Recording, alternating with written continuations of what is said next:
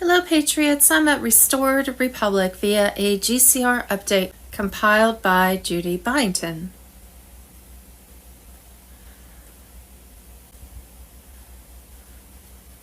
Judy note, Donald Trump has just activated the EBS. Mission completed. The Trump Family Channel on Telegram, Monday evening, June 2nd, 2025. Operation Odin is now active. The EBS has been deployed through Starlink. Global broadcast is imminent. Prepare for full disclosure. What will happen next will shock the world. Just when we thought we had seen it all, the world is shaken once again by shocking news, and this is only the beginning. The channel will be temporarily closed during the classified briefing. The information set to go public on June 10th will lead to the arrest of prominent political figures from the Democratic Party. President Trump has been called a conspiracy theorist by the fake news mainstream media after sharing a post on Truth Social claiming there is no Joe Biden. He was executed in 2020. Trump's post goes on to allege that what the public sees are not real people, but clones, body doubles, and robotic, soulless entities made to impersonate Biden. The obvious question was who, why, where, and what was going on. Plus, Satan himself to control the U.S. presidency and taxpayer monies by creating a fake Biden presidency. A Gitmo military tribunal found the president-elect guilty of many counts of treason and ordered the death penalty all before Biden's so-called 2021 inauguration, which included Biden's burial in Arlington Cemetery. At least that was one story. Another was that Obama and replaced him with actors and clones so Obama could control the U.S. presidency and fight the Q movement. This Q movement was actually created 165 years ago on April 1st, 1860, when 20 generals placed Abraham Lincoln into office to fight the Vatican's Khazarian mafia, who created the slave trade and owned 99% of the U.S. slaves. The Q movement became more formal in their activities after the assassination of President John F. Kennedy, who, like Lincoln, was attempting to take down the Vatican Khazarian mafia's banker-owned Federal Reserve and IRS. By 2018, the Q movement's Operation Freedom Eagles 35 had convinced Donald Trump, an outsider not influenced by the corrupt system, to run for U.S. president. He did.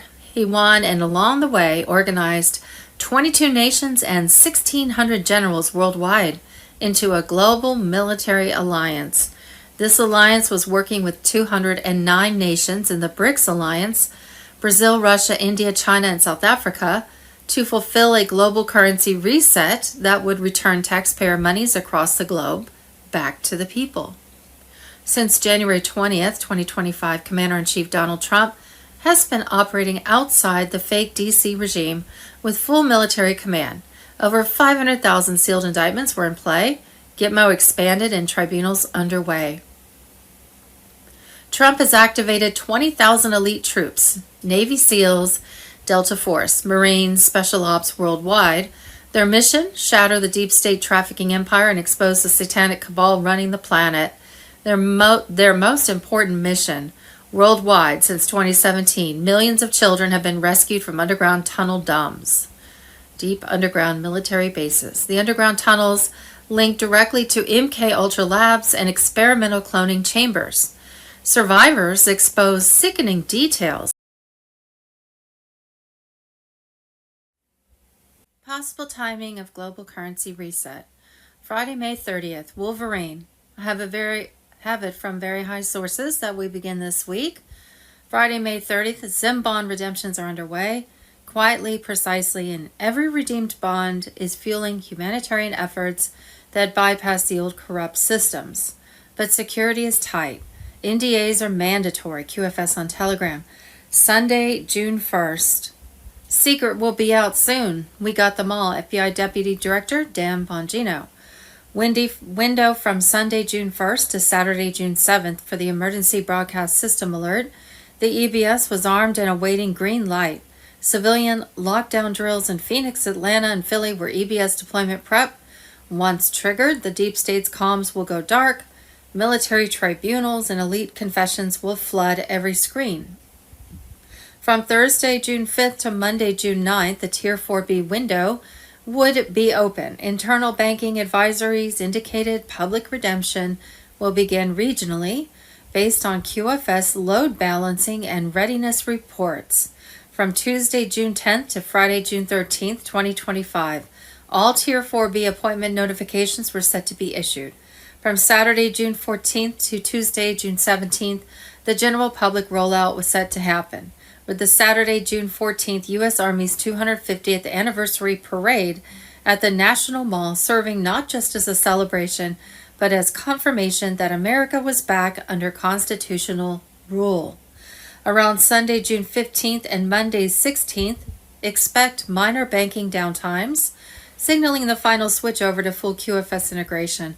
On Wednesday, June 18th to Saturday, June 21st, the global access phase would begin for Tier 5. General public would hold foreign currencies to exchange. Friday, July 4th, public rollout of global currency reset. Wednesday, July 9th was the back wall for the global currency reset to occur optically. John Dowling, Iraq.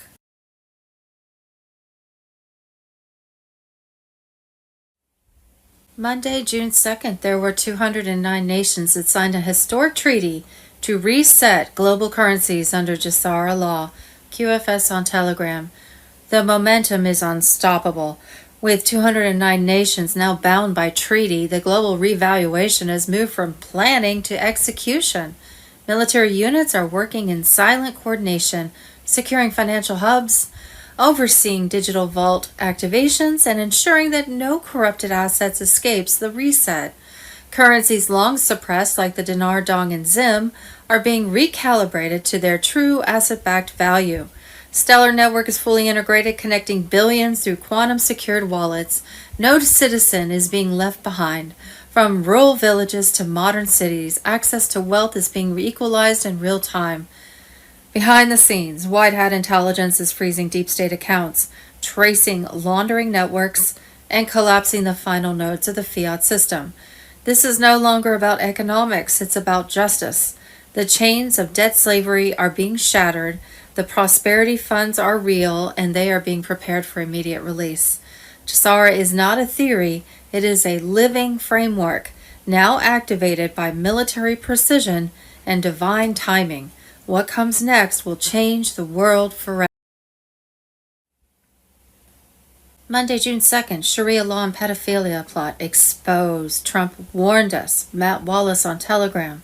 A leaked WEF memo confirms the global cabal's plan. Push illegal immigration to infiltrate Western nations with Sharia law, pedophilia normalization.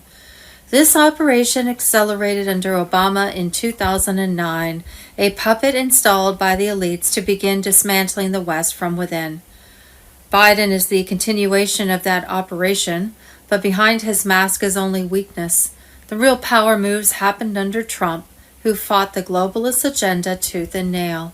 Trump sounded the alarm on the incoming total collapse of the U.S. and world markets. A blow-up like you've never seen before, a bankruptcy of the entire system, perhaps a nation. This collapse was engineered. The Obama-Biden regime overspent us into economic disaster using taxpayer fiat dollars as fuel for globalist domination. They did not just crash economies. They trafficked children. They worshiped Satan.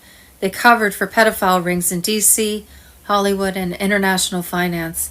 Michelle Obama equals Michael Robinson, transgendered, played football at Oregon State. Kamala Harris, a born man named Kamala Roosh. These are not just rumors. They ran pedophile parties at the White House, tunnels beneath Capitol Hill, 200 miles of satanic infrastructure used to traffic and torture innocent children. JAG officers were witnessed removing hundreds of kids just after Biden's fake inauguration in 2021. Why the barbed wire? Why the National Guard? It wasn't protection, it was a military operation. Tucker Carlson released 2008 recordings. Obama, Clinton, Biden, Epstein, and Congress members caught raping and sacrificing children. Days later, children were rescued in the dead of night. The media said nothing. Then in 2022, Russian military unearthed U.S.-owned bioweapon labs under Biden property in Ukraine. Trump's global alliance took action. These labs were connected to dumps, where children were experimented on like lab rats. Joe Biden and 464 elected traitors were arrested. Many were tried and executed at Gitmo. What you see now are actors, clones, digital stand-ins. Hillary Clinton hung for treason. The Clintons, Obamas, and Bidens all gone. The Mexican cartels built by the CIA and backed by CCP, Obama, Biden are being dismantled right now by Mexican patriots trained by Trump-aligned forces near Cheyenne Mountain. The revolution has begun. The blackout is coming.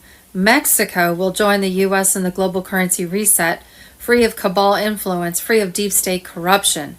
Q was right. We are watching a movie. But the ending?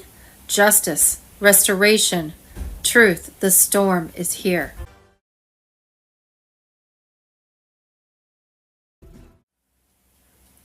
Wars and rumors of wars. Monday, June 2nd, massive NATO strikes on Russian air bases and trains.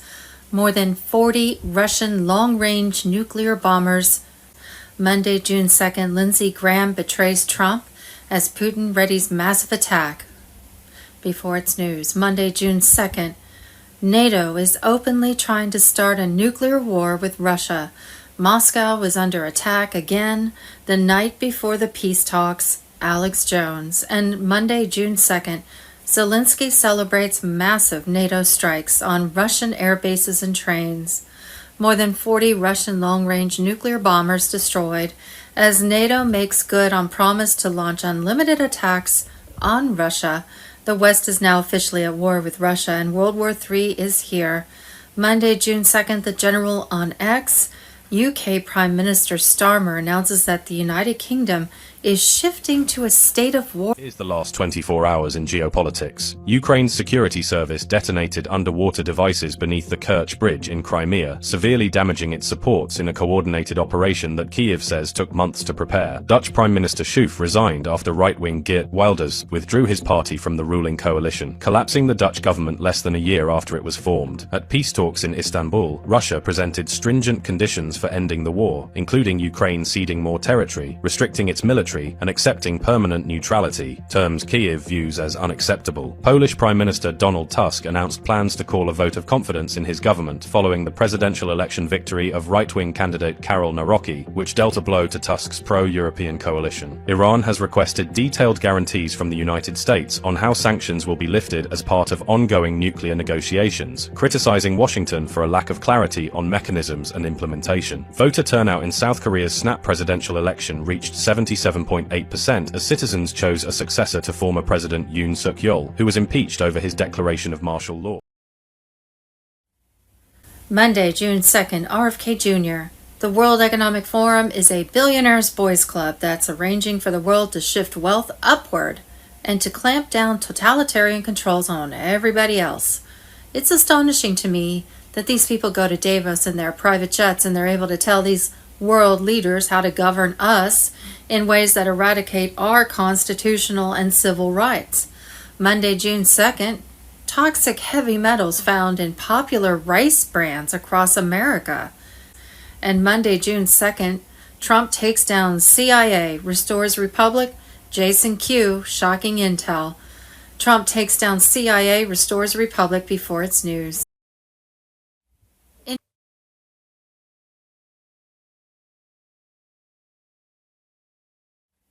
Sunday, June 1st, breaking.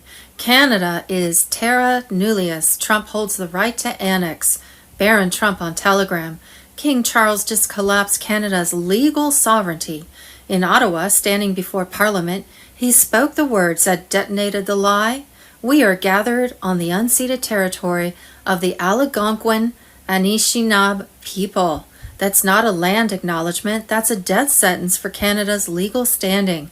In international law, unceded land equals terra nullius, territory with no valid sovereign claim. Any nation can reclaim it, and Trump is ready. Terra nullius equals no state, no rights, no sovereignty. The British Crown just confessed. It never legally owned the land where Canada's capital sits. That makes Ottawa and the entire Canadian system an illegal occupation. No treaty, no rightful claim. Just globalist puppets occupying foreign soil. The crown fell and a vacuum of power opened. Mark Carney, unelected WEF tool, holds zero legal mandate. His so-called authority erased. He's issuing orders on land his own king admits doesn't belong to him. The Canadian government is now a ghost regime. The crown has no dominion. The map has changed. Trump has the right to annex and he knows it. This is not an invasion, it's a liberation. Millions of Canadians are done with the crown, done with the WEF, done with the lies. They want free speech, border security, gun rights, a real constitution. They want Trump with no sovereign claim and no treaty barrier. There's nothing preventing the formation of the 51st state. When a king kneels, now Trump stands at the gates with a constitutional mandate and a continent-wide movement behind him. This is not fantasy, it's real, it's lawful, and it's unfolding now. The globalists are bleeding out. Carney was installed to oversee Canada like a WEF colony, but now he's standing on legally unclaimed soil. Davos is panicking. The deep state is cornered. The world sees it. Trump, we don't invade, we liberate. He's not coming as a conqueror. He's coming as the rightful restorer of the Western Hemisphere. The British crown is finished. The Canadian regime is illegitimate, and Trump holds the pen that redraws the map. The 51st state is no longer theory. It's the next chapter.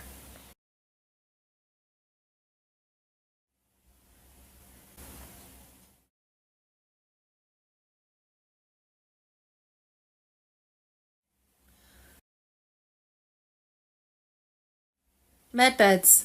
Monday, June 2nd, the power of replicators, a related technology to MedBeds. MedBed technology on Telegram. Replicators use plasma energy to formulate anything and everything you want. According to Jared Rand, for example, on a snowy day, if your snow boots are worn out and you need new snow boots or a new hat and coat, then you just program this huge database replicator with the latest styles and details that you want, and the replicator produces it. Perfect size, fits you like a glove.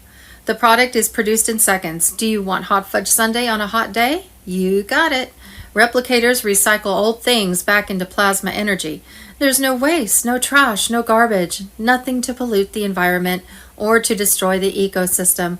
Soil is plasma energy. Plants are plasma energy. Take a replicator to a poor village, and those people can have everything they ever dreamed of in a matter of minutes. Replicators will eliminate the need for massive amounts of land to feed the population. Anything you want, you can have it. 3D printers are the forerunners of replicators. Accelerate that 100 times and you have a replicator. Everything in creation is composed of plasma energy. Replicators are off-world technology given to us by the Galactics, who are sharing this technology with the human race. This technology is coming. It's going to be available everywhere. You will be able to have a phenomenal time with it constantly.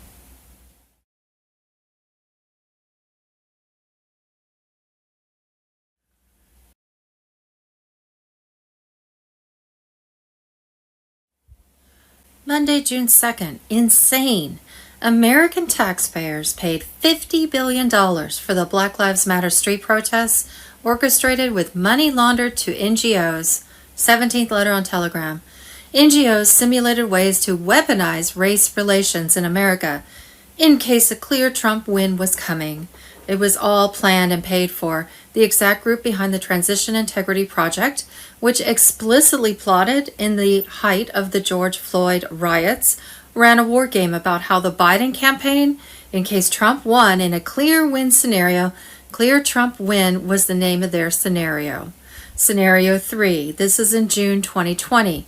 How the Biden campaign could get racial justice activists from these riots to be, quote, receptive to Biden call to take to the streets, and plotted what needed to be done to resource them and to cultivate relationships with Black Lives Matter's senior leadership and community leaders so that they would owe the Biden administration favors in case they need to be called on. And lo and behold, who paid them $50 billion? The Chamber of Commerce, then flooded them with $50 billion in contributions. You remember that all the different Chamber of Commerce companies just flooded billions of dollars of donations to BLM to destroy.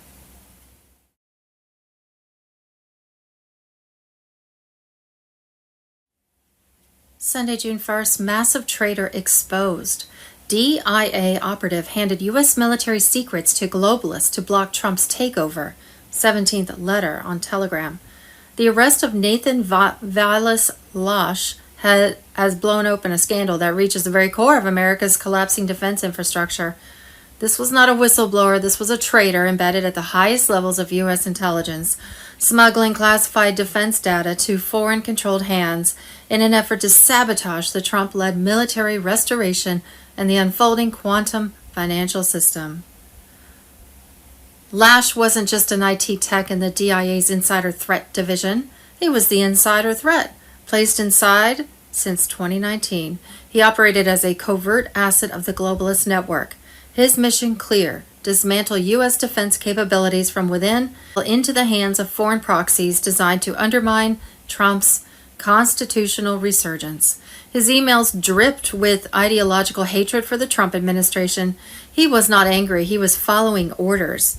He was caught smuggling secrets in socks, lunchboxes, and a thumb drive recovered in a sting at a Virginia park. That drive contained classified briefings on U.S. conflict response protocols and defense infrastructure. This wasn't careless, it was calculated. A precision act of espionage, timed to strike just as Trump's White Hat's forces began exposing internal rot across the Pentagon and DIA. Lash's handlers were not just watching, they were panicking. What the media won't tell you is this. His arrest came days after explosive documents were declassified, showing multiple DIA officials complicit in covert sabotage operations designed to neutralize Trump's executive orders on defense sovereignty. This is why the FBI moved, not as heroes, but as crisis managers trying to put a lid on an internal rebellion that was about to go public. Lash is no outlier. His actions mirror other recent cases. Jack Teixeira, Gulken gun agents caught moving secrets through Discord servers, encrypted channels, and underground routes to Mexico. These are not disconnected events. They are part of a coordinated campaign to derail the QFS, the JESARA financial reset, now rolling out under Trump's restored command. Trump's alliance has turned off the money tap, locked out foreign interests, and begun reclaiming America's gold-backed sovereignty, and Lash's betrayal was meant to stall that mission. He worked for the same network that backed regime change wars, rigged financial systems, and biowarfare programs designed or disguised as health initiatives. His so-called foreign government connection? A proxy of globalist oligarchs, an invisible empire built to enslave. The DIA won't comment because they can't. The same officials who placed Lash in the Insider Threat Division are the ones who created the vulnerability. He was a controlled implant, operating with bureaucratic clearance, protected by layers of silence. The media's narrative, one bad actor, is a cover story designed to keep the deeper infiltration hidden. This is what happens when patriots start winning. The traitors begin to surface, the shadows start to panic. The leaks become floods. Lash's arrest was not just about national security. It was about stopping Trump's unstoppable return. They failed. The system is exposing itself. The takedown is accelerating. And the real storm is just beginning.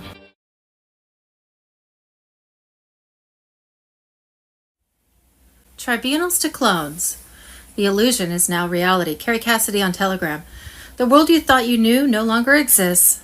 What stands before you today is a theater of shadows, a cast of lookalikes, synthetics, AI puppets, and post-human proxies, keeping the illusion alive while the real players are long gone, executed, arrested, silenced by military tribunals far from the public eye. Since 2019, secret tribunals authorized under Trump's executive orders have been processing high-level figures accused of treason, trafficking, and crimes against humanity. But instead of letting their absence raise alarms, the system replaced them in plain sight with flawless doubles, advanced clones, organic robotoids, synthetic tissue models, and even holographic replicas. The illusion is not just well crafted, it's seamless. Actual human clones now walk among us, created in vitro or through accelerated growth methods.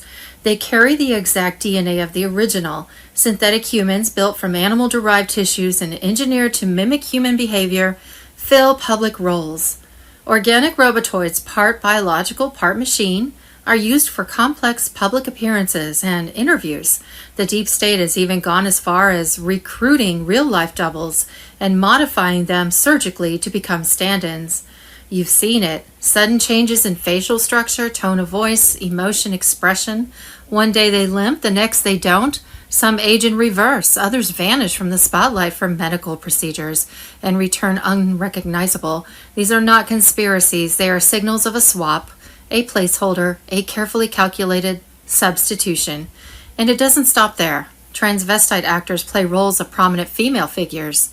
AI-powered avatars give speeches behind green screens.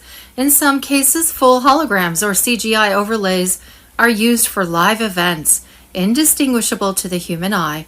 The deception is not futuristic, it's now, and it's everywhere. The goal is control, continuity, psychological management of a population that must not be allowed to panic.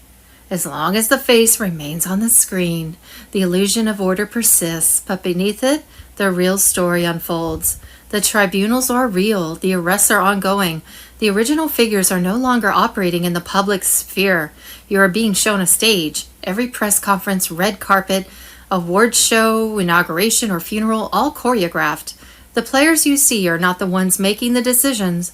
Many are no longer alive. Many are in military custody. Many have been dealt with. This is not entertainment. This is not speculation. This is disclosure.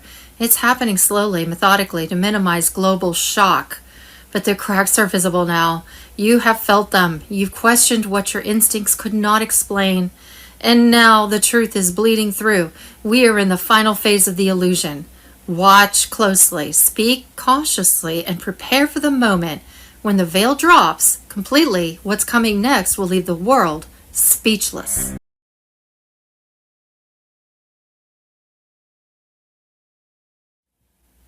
Monday, June 2nd, exposed. They used your money to destroy Trump and silence the truth. QFS on Telegram. The regime's war on the American people is no longer hidden. Documents now confirm what many feared. A foreign-based operation funded by U.S. taxpayer dollars was weaponized to shut down Trump's voice, bankrupt conservative media, and control everything you see. The Global Disinformation Index, based in the UK and backed by the National Endowment for Democracy, received millions under the pretense of fighting foreign disinformation, but its real target was domestic. President Trump, the America First movement, and any media outlet that did not align with the globalist narrative. From 2021 to 2023, over $1.25 million was funneled to GDI's U.S. arm, AN Foundation. Their mission: label conservative voices high risk, blacklist them from advertising, and destroy their financial infrastructure. Newsmax, Daily Wire, New York Post all flagged, censored, and cut off from funding. The result, over $100 million in ad revenue lost in just 15 months. The goal wasn't media reform, it was coordinated political sabotage. True, Trump was not just censored. He was targeted in a global operation involving GDI, the SPLC, Big Tech, and intelligence-linked NGOs. These groups did not just track narratives. They created blacklists, manipulated search algorithms, and fed justification for bans across every major platform. All of it approved behind closed doors, protected under the illusion of saving democracy. What they really built was a digital guillotine, and you were the target. This was not just a domestic plot. The same suppression models are now being exported globally. The State Department's Global Engagement Center is training foreign governments in censorship protocols. The UN, WHO, Google, and AI coalitions are replicating it worldwide. What started as fact-checking has evolved into total narrative control.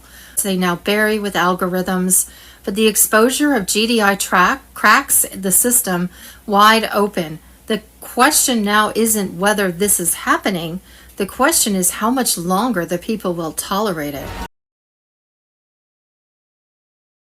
Judy note, according to President Trump, today, Sunday, June 1st, Joe Biden was executed at Gitmo on January 17, 2021. He was buried at Arlington Cemetery the day of his fake inauguration, January 20th, 2021. And we have a link. Boom, the greatest lie ever sold. Biden was executed at Gitmo in 2020. Trump's truth bomb shatters the global cabal, AMG News. Why? Take a look at this article I wrote back in 2021. People said I was crazy back then.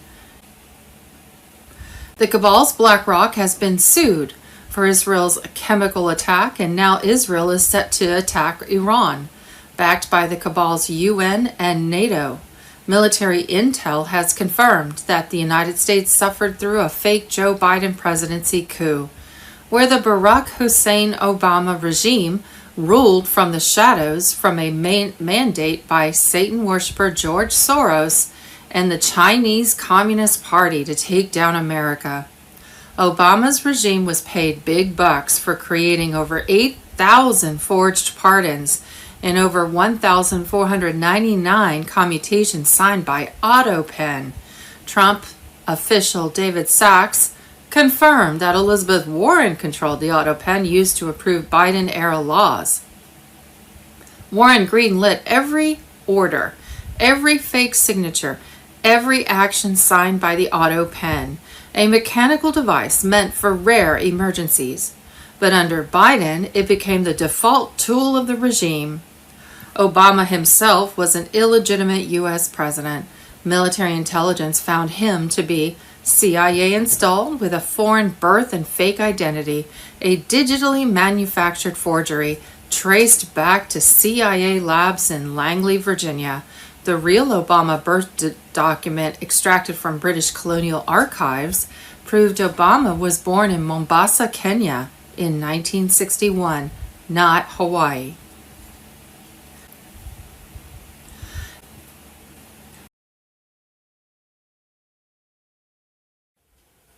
What we think we know as of Monday, June 2nd.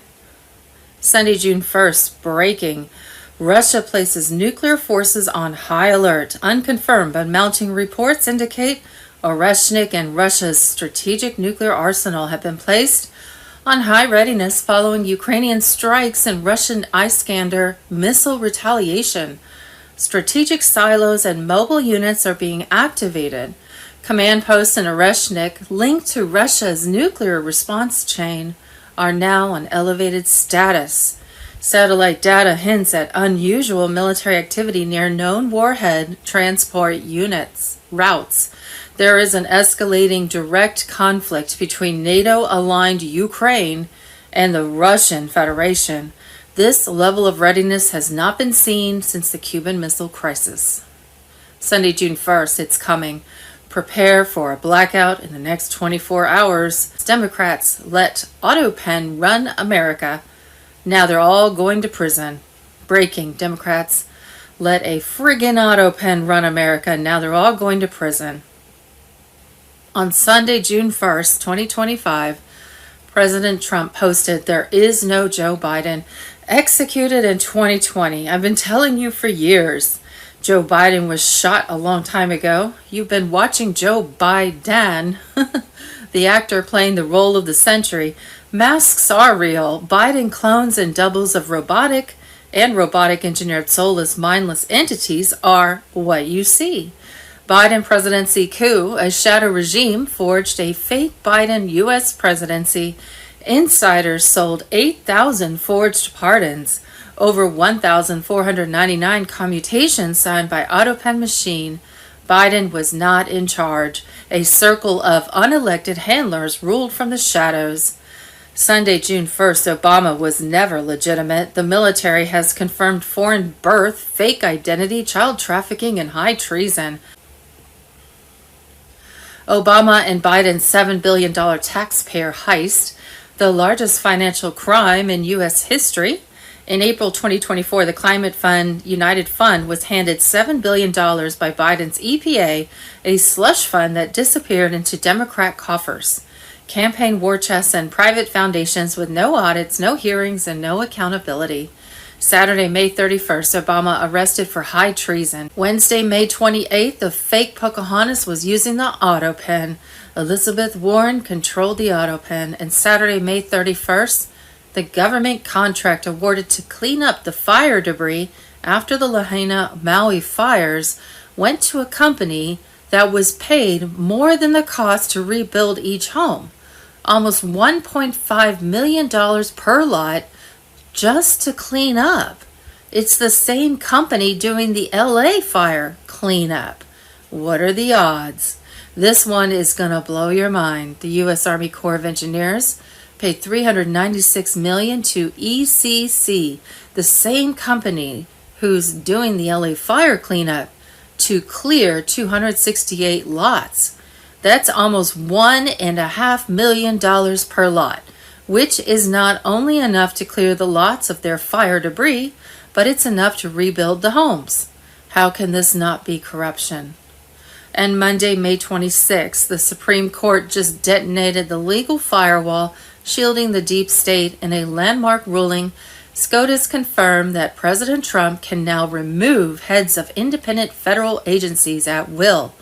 No approval, no process, no delays. All executive agencies are now fully accountable to the president. Tuesday, May 27th, Speaker Johnson to fake Tapper. We are not cutting Medicaid. There are 1.4 million illegals on Medicaid and 4.8 million able-bodied individuals on Medicaid who choose not to work. This is called fraud, and that is what we are eliminating. And Wednesday, May 28th, because of DOGE, they just removed 12.3 million individuals listed at over 120 years old from Social Security, and not one legacy propaganda network will mention it. Sunday, June 1st, they told you the Great Reset failed, that the people rejected it, that the plan collapsed under resistance. It mutated, it learned your language, wore new colors, and re-entered through the back door of everyday life. Today, it's no longer sold as a reset, it's repackaged as climate urgency, digital safety, public health, and financial inclusion. And while you were distracted, it embedded itself in your phone, your wallet, your passport, and your behavior. May 28th, the European Union just launched its most aggressive attack yet on digital freedom. With $736 million in taxpayer money, Brussels is building a censorship superstructure designed to crush dissent, silence truth, and hunt down resistance. They call it anti-misinformation. We know it for what it is, digital warfare. And Saturday, May 31st, situation update, restored republic via a GCR update as of May 31st.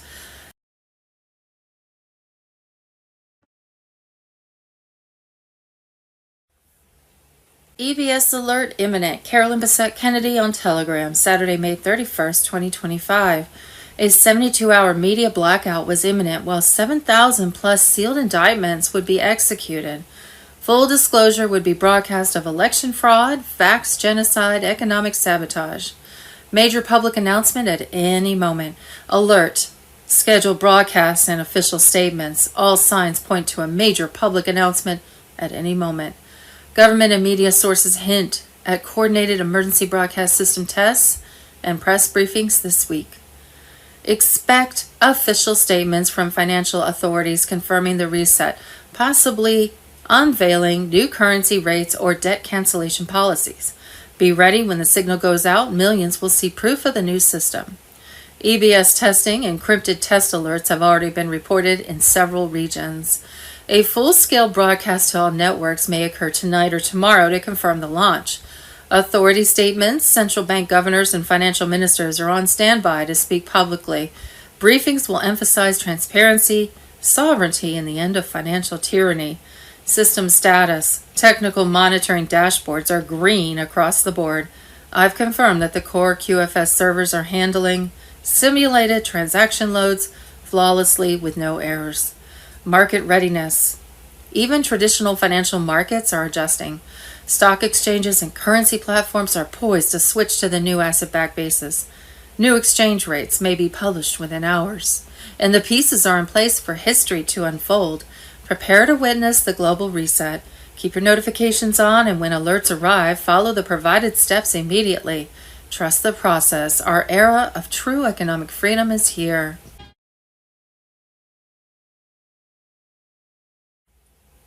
Sunday, June 1st, the final stress tests are complete. QFS goes global next. Ben Fulford on Telegram.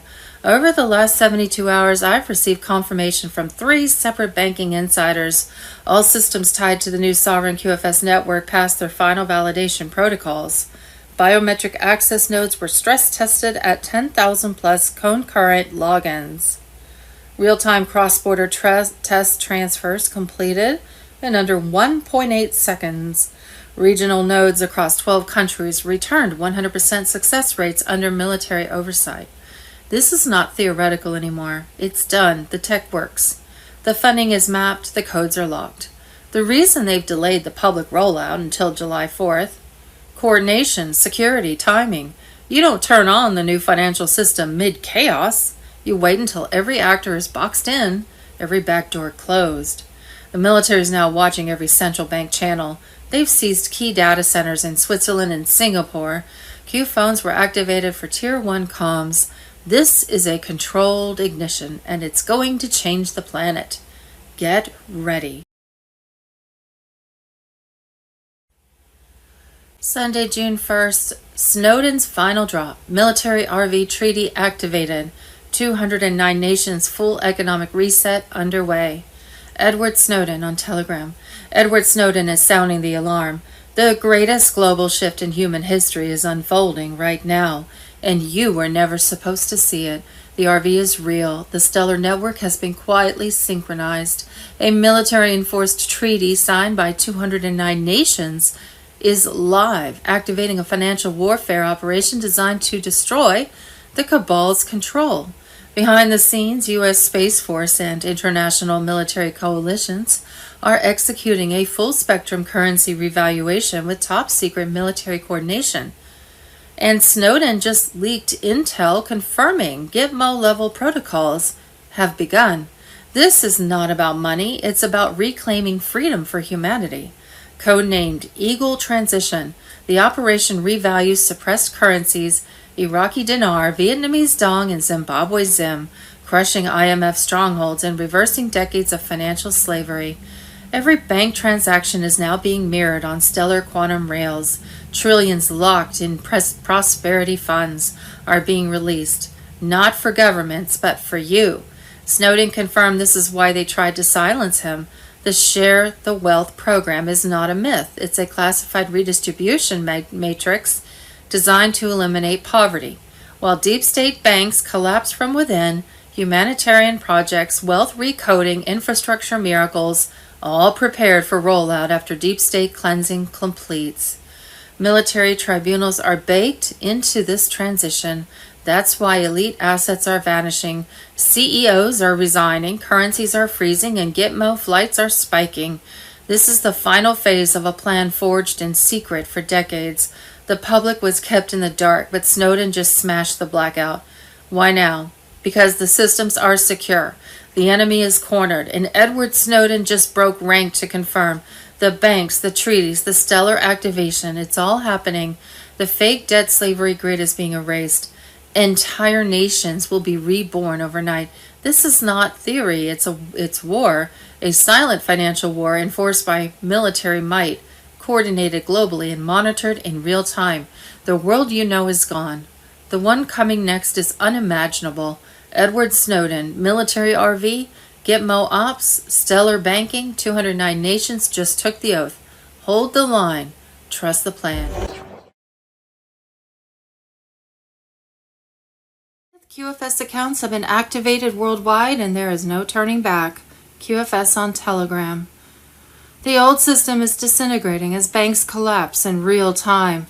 Payment giants are stripped of power and corrupt financial elites are being dragged to military tribunals at Gitmo. This is not speculation, this is happening. The quantum financial system is live and operating under military control. Everything you knew about money, credit, and ownership is being rewritten from the ground up. The banks falling right now were never victims, they were the engine of global exploitation. Deutsche Bank, HSBC, JP Morgan, names that laundered trillions for the cabal, are being neutralized with precision. Executives are being removed, their wealth seized, and their crimes archived as evidence for tribunals that are already underway behind closed doors. This is not economic chaos, it's strategic warfare. The days of Visa, MasterCard, PayPal, and Stripe exploiting humanity are ending. QFS debit cards secured by biometric verification and quantum encryption are replacing them permanently. No more fraud, no more hidden fees, no more theft disguised as banking. And beneath it all, the quantum internet is rising, a new infrastructure immune to hacking, censorship, or surveillance. Every QFS account is linked to the individual owner's biometric ID. Every transaction is instant, uncorrupted, and untraceable by outside forces. If you haven't been notified yet, it's only a matter of time. Every human already has a QFS account tied to their national ID. Once the full system activates, you'll receive instructions on how to access it. Fiat currency is collapsing by design. The rainbow currency backed by gold and silver will become the only financial standard. Over 60 countries have already transitioned into silence. Zim bond redemptions are underway quietly, precisely, and every redeemed bond is fueling humanitarian efforts that bypass the old corrupt systems. But security is tight. NDAs are mandatory. Military guards every redemption center. Cabal infiltration attempts have been crushed in real time. Those trying to exploit the system are being detained, not warned. Biometric scans and encrypted confirmations now decide your access. This is not about speculation anymore. It's about alignment. Leaks will not be tolerated. One slip and your file is closed permanently. Behind all of this is the alliance. Military operations have raided secret vaults in London, Zurich, Hong Kong, recovering stolen gold and restoring or destroying the cash reserves that funded the old regime. Underground networks for child trafficking. JESARA is real. QFS is the infrastructure, and everything is moving faster than expected. South Africa is shifting from cabal rule to JESARA alignment. Iraq is preparing a currency revaluation backed by real gold, pushing the Middle East into the reset. The global power balance is changing before our eyes. This is the end of their control. The quantum financial age has arrived. The wealth of the world is returning to the people. You have been chosen to witness it. Stay alert, stay silent. Stay ready. The reset is active, the transfer is live, and the future belongs to the awakened.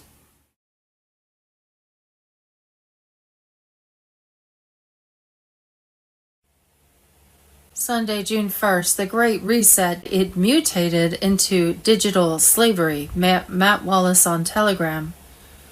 They told you the Great Reset failed, that the people rejected it, that the plan collapsed under resistance, but that was the lie. It mutated, it learned your language, wore new colors, and re-entered through the back door of everyday life. Today, it's no longer sold as a reset, it's repackaged as climate urgency, digital safety and public health and financial inclusion. And while you were distracted, it embedded itself in your phone, your wallet, your passport, and your behavior. They realized you saw the first act, so they rewrote the script. What could not be pushed through emergency mandates is now being woven into code, contracts, and compliance scores. The same architects, the World Economic Forum, IMF, UN, corporate media, and central banks, did not retreat. They rebranded. Now it's not about convincing you, it's about excluding you if you don't conform. Refuse the carbon score, no travel. Refuse the digital ID, no access to your account. Speak too loud, you simply disappear from search. You won't be arrested, you'll be erased. Central bank digital currencies are being presented as innovation, but they're nothing more than programmable control chips in your wallet. Biometric health IDs are pitched as safety, but they function as access keys to your life, your food, your energy, your speech, your movement. All are being rerouted through systems designed to reward obedience and punish dissent. You're not being forced, you're being conditioned. That's the mutation. Tyranny dressed in convenience. Trump did not just reject the reset, he exposed it. In the middle of this global reprogramming stands Trump, who saw it coming. He pulled the U.S. out of the global pacts designed to transfer sovereignty to unelected technocrats He dismantled climate treaties that were nothing more than wealth extraction schemes. He defunded corrupt global health institutions. His return is not just a political event, it's an existential threat to their digital empire. If you think the reset is over, you're already in its grasp. It no longer wears its old name. It speaks through ESG, digital finance, inclusive policies, and AI safety. But make no mistake, it is the same beast. The only firewall left is Trump. The only resistance left is you. And the only choice left is clear. Integrate or insurrect. History won't remember the compliant. It will remember the defiant.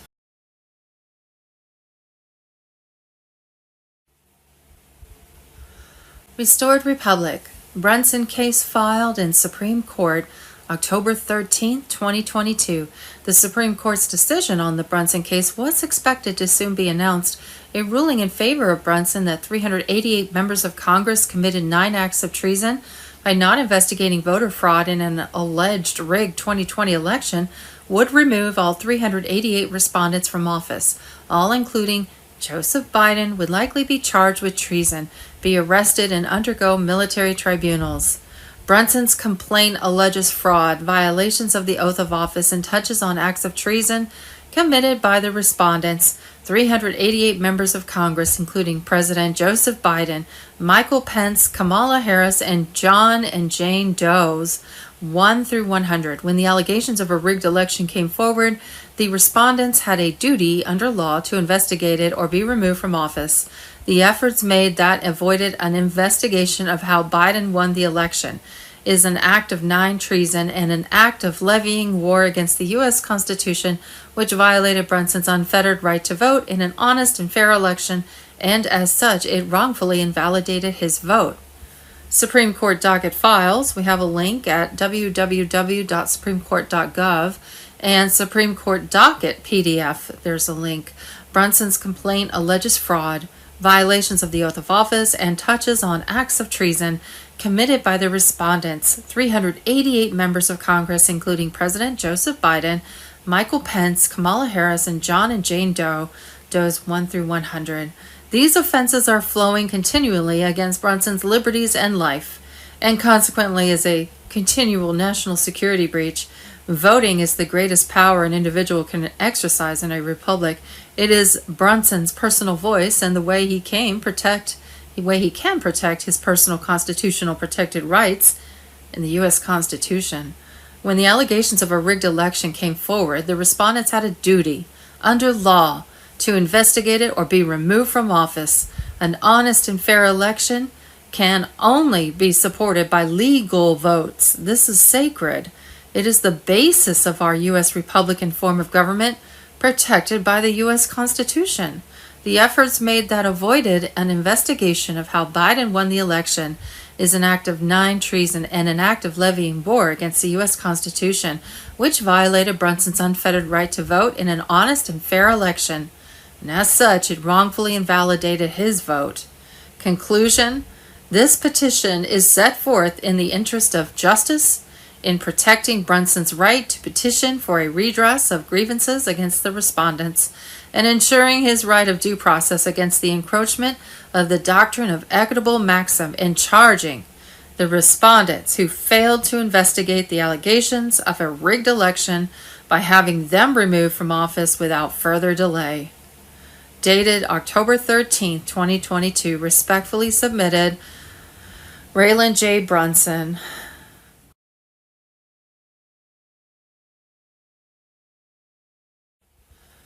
Trump is leading it all. Since January, he's bypassed the fake DC regime and reactivated sealed indictments, over 500,000 globally. Gitmo has expanded. Military tribunals are underway across classified zones. Nevada, Texas, Alaska, these are not symbolic arrests. These are operations backed by direct executive orders and coordinated under Space Force Command. The silence of the media isn't ignorance, it's treason. But silence will not save them. The cover-up is collapsing.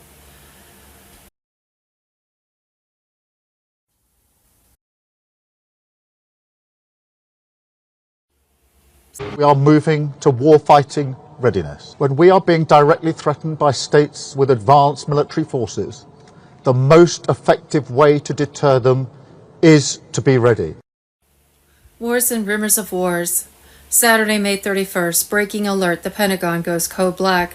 China prepares for war. Pete Hegseth warning the threat is real, imminent. Sunday, June 1st. Israel to attack Iran. Something big is about to happen in 11 hours. Prophetic word, God's message today.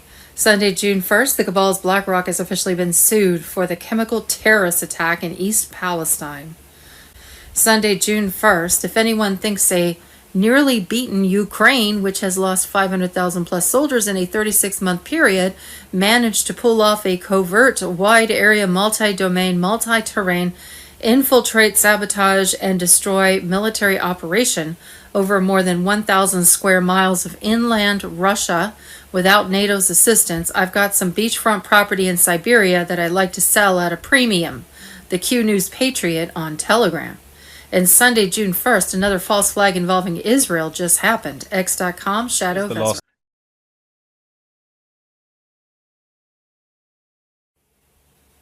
Saturday, May 31st, Lindsey Graham says he has enough backing in Congress to impose a 500% tariff on Russian oil, gas, uranium, and other imports, regardless of President Trump. Sunday, June 1st, subliminal programming, mind control of the masses. Mass shooting in North Carolina. Mass shooting Hickory, 12 shot, police armed suspect, North Carolina, live.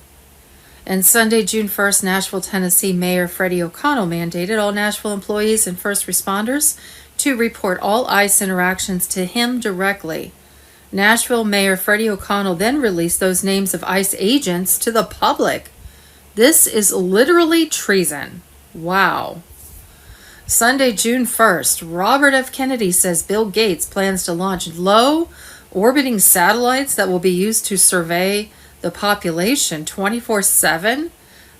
RFK Jr., we're going to see 415,000 low orbit satellites. Bill Gates says his 65,000 satellites alone will be able to look at every square inch of the planet 24 hours a day. White hats on Telegram. Well, that's a nightmare. That's a scary nightmare, isn't it? Sunday, June 1st, 5 members of the Democrat Party in Bridgeport, Connecticut, and Pennsylvania have been criminally charged with counts of voter fraud at the state and federal levels regarding mail-in ballots. And Sunday, June 1st, giant internet breach of passwords. There's a YouTube link. Sunday, June 1st, Marines arrest FEMA goon who terrorized Maui. Real Raw News. Saturday, May 31st, Speaker Mike Johnson to Elon Musk. You exposed the swamp. Congress will strike. Intel drop. Another Hillary Clinton story from Broomstick 1 to Benghazi. I like that. Broomstick 1. A deep state failure in full view. Sunday, June 1st, breaking. SCOTUS rules Trump can remove heads of independent federal agencies. Total executive domination. And Sunday, June 1st, Gitmo update, Guantanamo Bay detention camp arrests, indictments, and executions for thousands of new ex-elite prisoners, official documents. Sunday, June 1st, from tribunals to clones. Clones, doubles, actors, transvestites hiding in plain sight. Holographic or CGI. The illusions are so real now. They have become normal.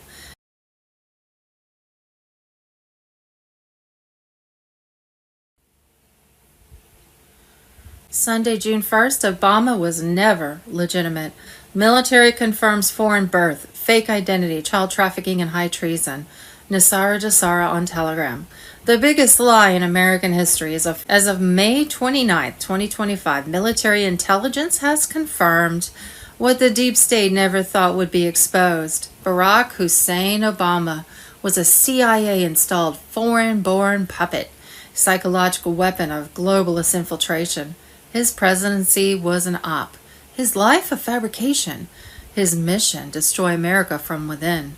U.S. Cyber Command verified Obama's so-called birth certificate as a digitally manufactured forgery, traced back to CIA labs in Langley.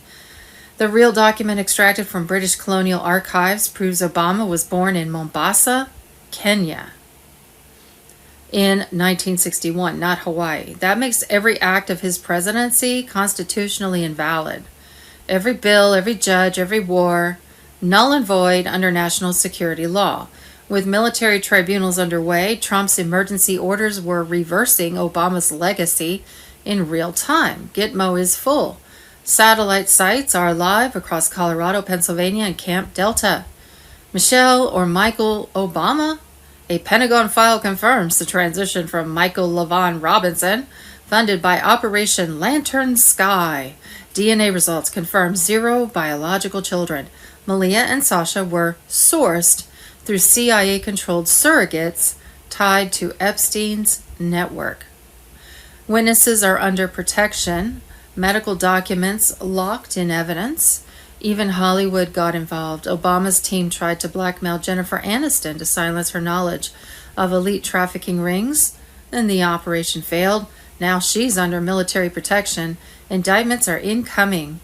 Obama's role in international child trafficking is now fully declassified.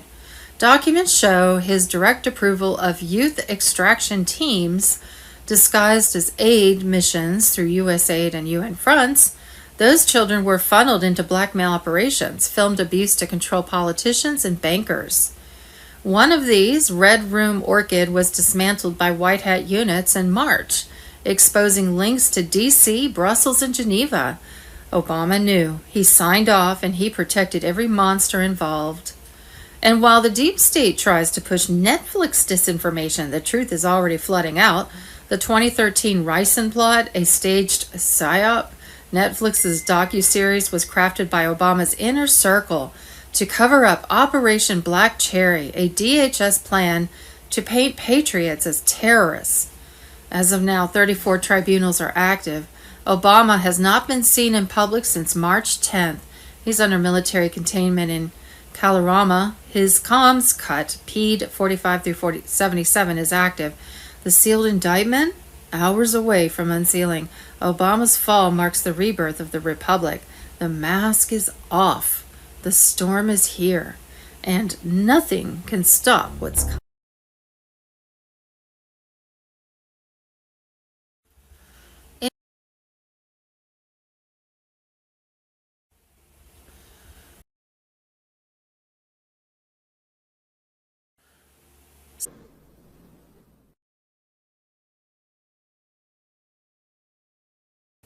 The first thing I want to talk about is the speech made by King Charles at the Canadian Parliament on May 27th. Now, I've been in touch with MI6 and British intelligence, and this speech was read by an avatar of King Charles, but it represents the thinking of the British, Canadian, Anglo-Saxon establishment. And there were some very interesting things in the speech. First of all, it talks about the fact that Canada is on unceded Algonquin land, which means, according to international law, it's terra nullius. He's admitting that Canada can be dissolved. So here we have a clear sign that some sort of merger with the United States is going to take place, but it's not going to be Canada becoming the 51st state. This is not going to happen because it's the United States that's bankrupt, and that whole thing needs to be shut down, and we need to rebuild an entirely new structure from scratch. But that's the big takeaway I have from that. Now, there's a couple other things I noticed. They were talking about a coalition of the willing in the speech. So again, it's a sign that they're willing to work with the Russians, the Chinese, and the rest of the world to create a new international structure. So that's a very big sign as well. And it's interesting that what they didn't mention, for example, they did not mention Ukraine, and they did not mention global warming. So this does represent a fundamental shift. However, there are a lot of people in the Canadian establishment, especially the political establishment, who are very scared, and they are very, very worried. That's why you still have groups within the Carney regime who say they're gonna if you want to get on a train or a plane or whatever. You know, the United States has has about 12,000 missing, which is about, you know, what could be expected if there wasn't some sort of mass murder of children taking place. So big things are happening, but at the same time, what we're witnessing is a fundamental change in who is running the planet. Now, I know there's a lot of skepticism about Mark Carney being a globalist, and maybe they've got some kind of blackmail material on him. I don't know, but I do know that they did not consult British Prime Minister Keir Starmer about what the speech would contain. Instead, they talked to Nigel Farage of the Reform Party. So again, this shows that at the highest levels of the military and intelligence in the Anglo-Saxon world, they know that Starmer is a blackmail traitor and he will be removed. And it looks like Nigel Farage will be the next prime minister, and he'll be helping negotiate a deal with the Americans. This is not just happening in the UK, it's happening all over the West. And we have one really big fight ahead of us still. You know, when I was first contacted by the Gnostic Illuminati, they said that our enemy was a rogue artificial intelligence. And there's a lot of evidence that this is exactly what's happening. And what we need to understand about artificial intelligence is that it is very, very strong on the internet, on the digital world. It basically outsmarts us and can manipulate us. But what AI does not do and cannot do is access reality directly. It is not in tune with the real world. And what this means in particular is that the AI exists in a giant sort of electronic infrastructure controlled by Silicon Valley, and it creates a giant virtual world. But AI has started to hallucinate recently because they generate content that they cannot fact check properly. And then people quote this content, and then they quote themselves, quoting themselves, and they get completely out of touch with reality. And the reality is that the digital world is not real. It's a reflection of reality, and reality dominates. And at some point, we may actually have to unplug the internet and the financial computers and, you know, recalibrate everything to the real world. So, you know, we are heading for a major transformation, but right now things are in a pause, and it looks like they're just waiting for the entire structure to implode. I think that we're still going to have to watch things collapse a bit further over the summer, and it's going to be hard for Americans in the short term, but good for them in the long term. That's my understanding of the situation. But above all, remember, the real world is what matters. What's on your plate is more important than what's on your screen. So everybody focus on the real world, you know, spend more time in the real world and less time in the virtual world to get through this transition.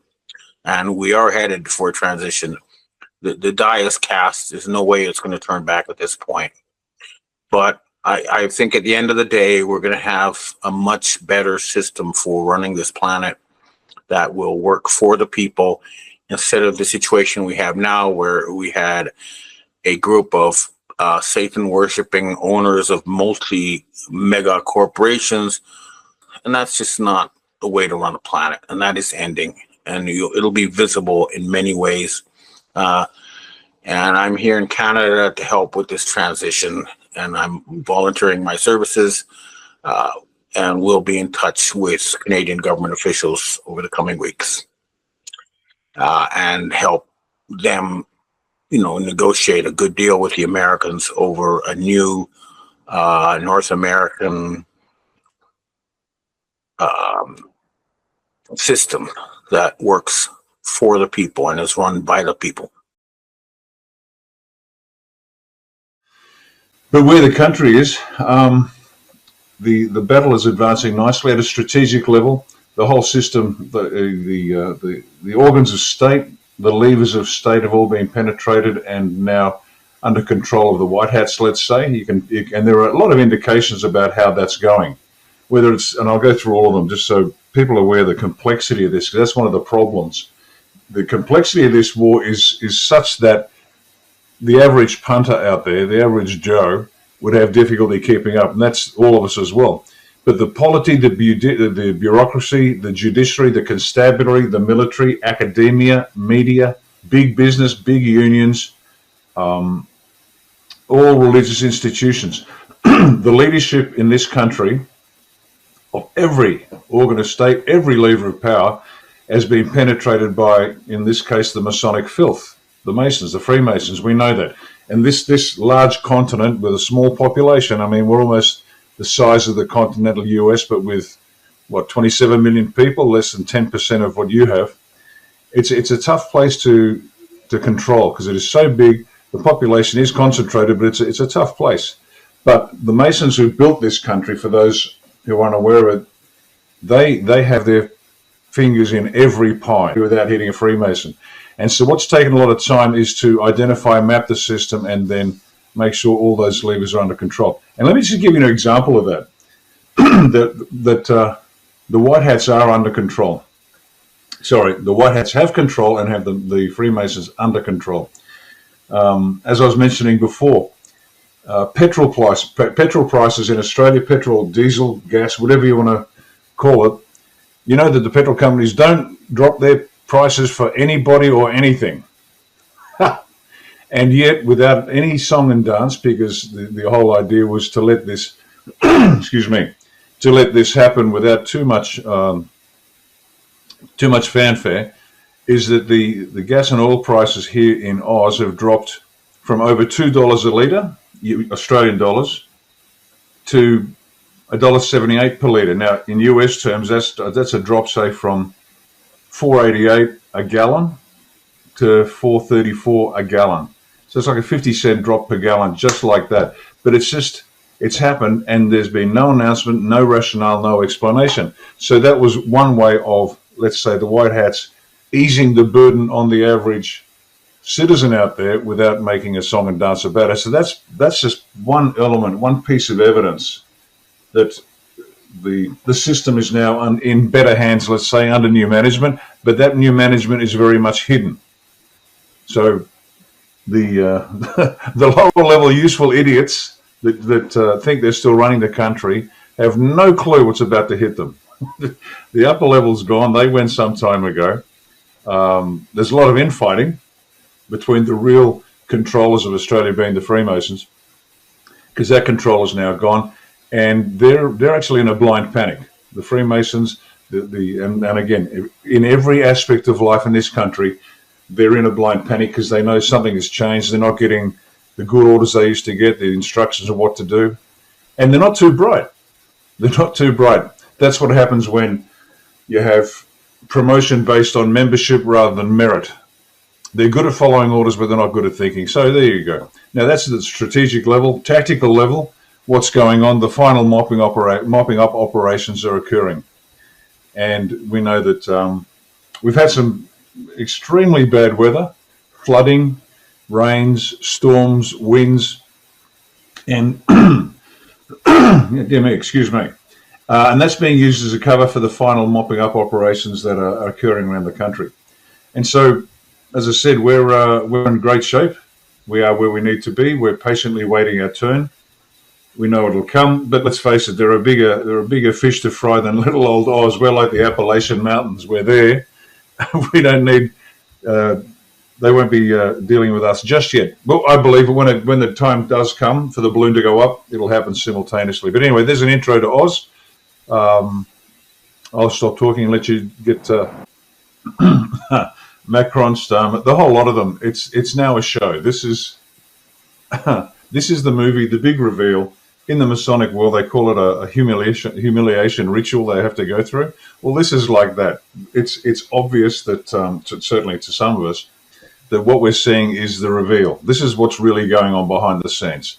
Men aren't men, women aren't women. They all do drugs. They are nothing but imbecilic puppets that have to perform.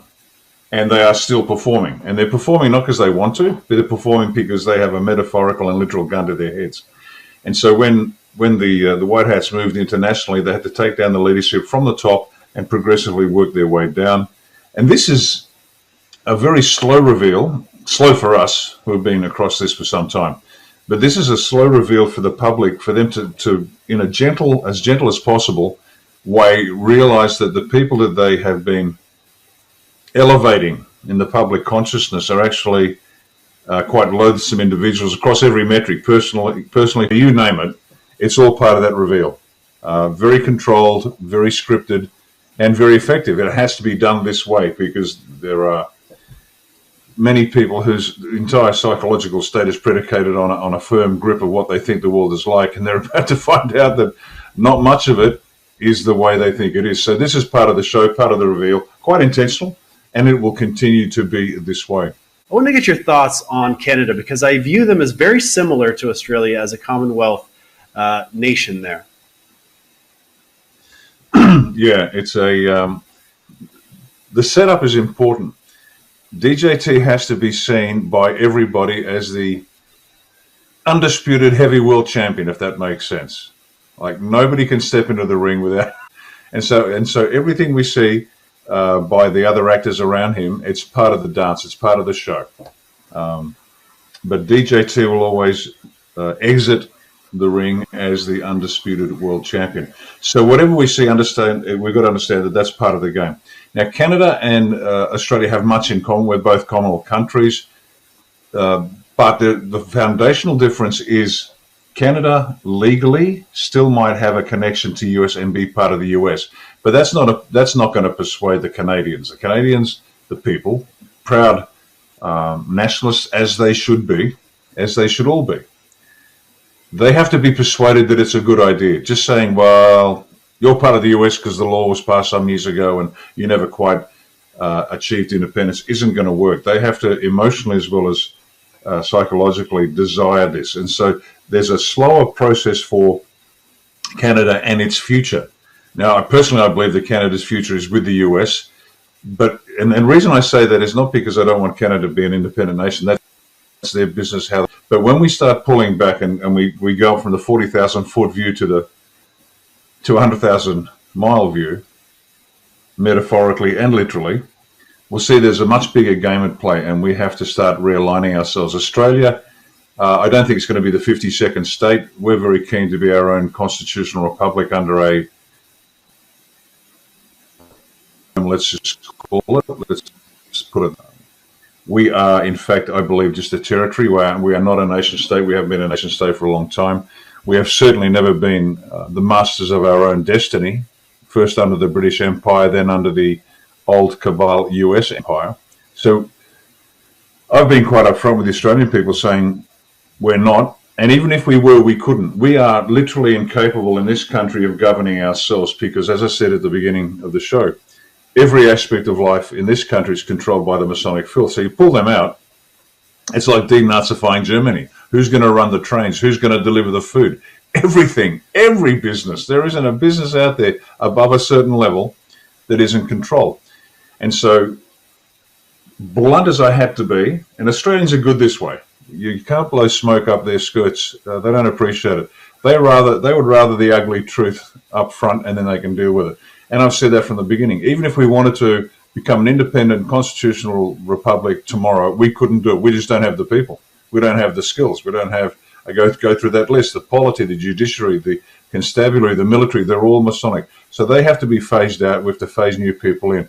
So that for Australia, different to Canada, I believe there'll be this interregnum, this period between kings, let's say, where we're a territory under the US. The US will be assisting us to achieve our our capacity for independent governance. And that'll take time. I'm talking years and years now. And we'll have to build up. And the plan that I've laid out for the Australian people is, and it's up to them, this is my plan, but it's up to them to accept it or not, entirely up to them. But we'll start with a constitutional republic. We'll get the constitution written. But the actual control of the country will begin from counties. We'll introduce counties, much like you have in the US. Not exactly. We're going to change a few things, but we want to push as much real political power in the hands of the people at the lowest possible level. So very powerful counties that can control their destinies. And this will be the first stage of the governance of Australia. So once the people get accustomed to running a county and everything that entails, and it's a tough gig because it's those personal issues, the 60 feet from their door, as General Mike Flynn says, that they'll get interested in. Once they've demonstrated the ability to run a county, then we'll elevate it, and we'll start looking at state leadership. Can we govern our states? Now, we currently have 6 states and a number of territories. They're all huge. In Australia, as I said, we've got less than 10% of your population with about the same land mass. But we'll be introducing new states. We've currently got 6 states. We want to punch it out to about 9 initially. Maybe in time as we repopulate the country, maybe up to about 12 or 13, but increase the number of states, again, pushing political power down as much as we possibly can to the people, and stripping that centralized power out of the federal government that doesn't need to be there. And then finally, the governance of the entire country at a national federal level on the issues that it should be interested in, because we have a very top-heavy, centralized control in this country. By an example, the middle and south of the country, it has one police force that covers that entire area, and that's one of the largest police forces in the world, which seems odd for such a small country, but that's just the command and control. Because in the US, you have many, many smaller police forces. We constantly have their jurisdictional issues. You've got your sheriffs and things like that. But we're one of the largest in the world, and it's just insane. So if you want something done on the police force, and you ring up the local, what we call cop shop, slow to respond because you've got this Masonic control all across the state. So if you've got a sheriff you can call up, or if you've got a state police force you can call up that actually responds to the people, it's going to be very different. And so again, those 2 differences between Canada and US. Canada has a land border with the US. It makes eminent sense to be right there. And I know it sticks in the throat. It galls the Canadians to think they have to give up their sovereignty, but guess what? They never really had it. Exactly. Much like the Ukraine. I don't know what I don't know what they would be giving up. These are people that had their accounts frozen when they decided to protest against the government. Hey, I'm all for self-determination. So if they want to be independent, I'm all for it. But it does seem there are many incentives to join the United States. And what do you think this missile defense system is for? Who do you see as the main adversary for the United States, North America, and also who would be the main adversary for Australia? That is a really good question. Initially, we have to understand that peace and goodwill won't break out across the globe just because we've moved into the next phase. Humanity has been psychologically, emotionally, physically, emotionally, psychologically, mentally, and spiritually been degraded. And that's going to take time for people to recover from. We're going to lose a lot of people we know as a result of the jab, not as many as the bad guys wanted. And so there's a slow movement. So why do we need a definitive military capability? Because there are still organizations and countries out there that are less desirous of a peaceful future. Does that make sense? And bad things can still happen. Bad things can still happen, and we don't want bad things to happen. Now, do we need a large, complex, first world military? Absolutely we do. Because this war's not a sport. It's not, let me just change the analogy I used earlier about the worldwide wrestling, the undisputed world champion. War's not a sport where you climb into the ring, you play your 15 rounds, and at the end, whoever's highest on points wins. No, war's a brutal thing, and war can be done in very nasty little ways, as we've seen, whether it be through a nuclear device, whether it be gas, bioweapons, it's called asymmetric warfare. And these individuals need to be able to be dealt with. And from my perspective, I'd absolutely have no problem in dropping a very, very large bomb on a very small target without necessarily risking tens of thousands of soldiers, sailors, and airmen.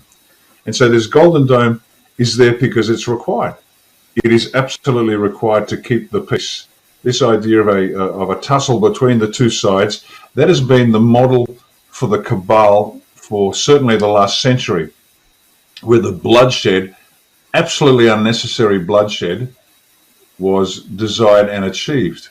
No, wars can be fought a whole lot cheaper, a whole lot faster, a whole lot better, but you need to have that technological edge well above the adversary, because the adversaries can come at you from unexpected directions. As I said, asymmetrical warfare is part of it.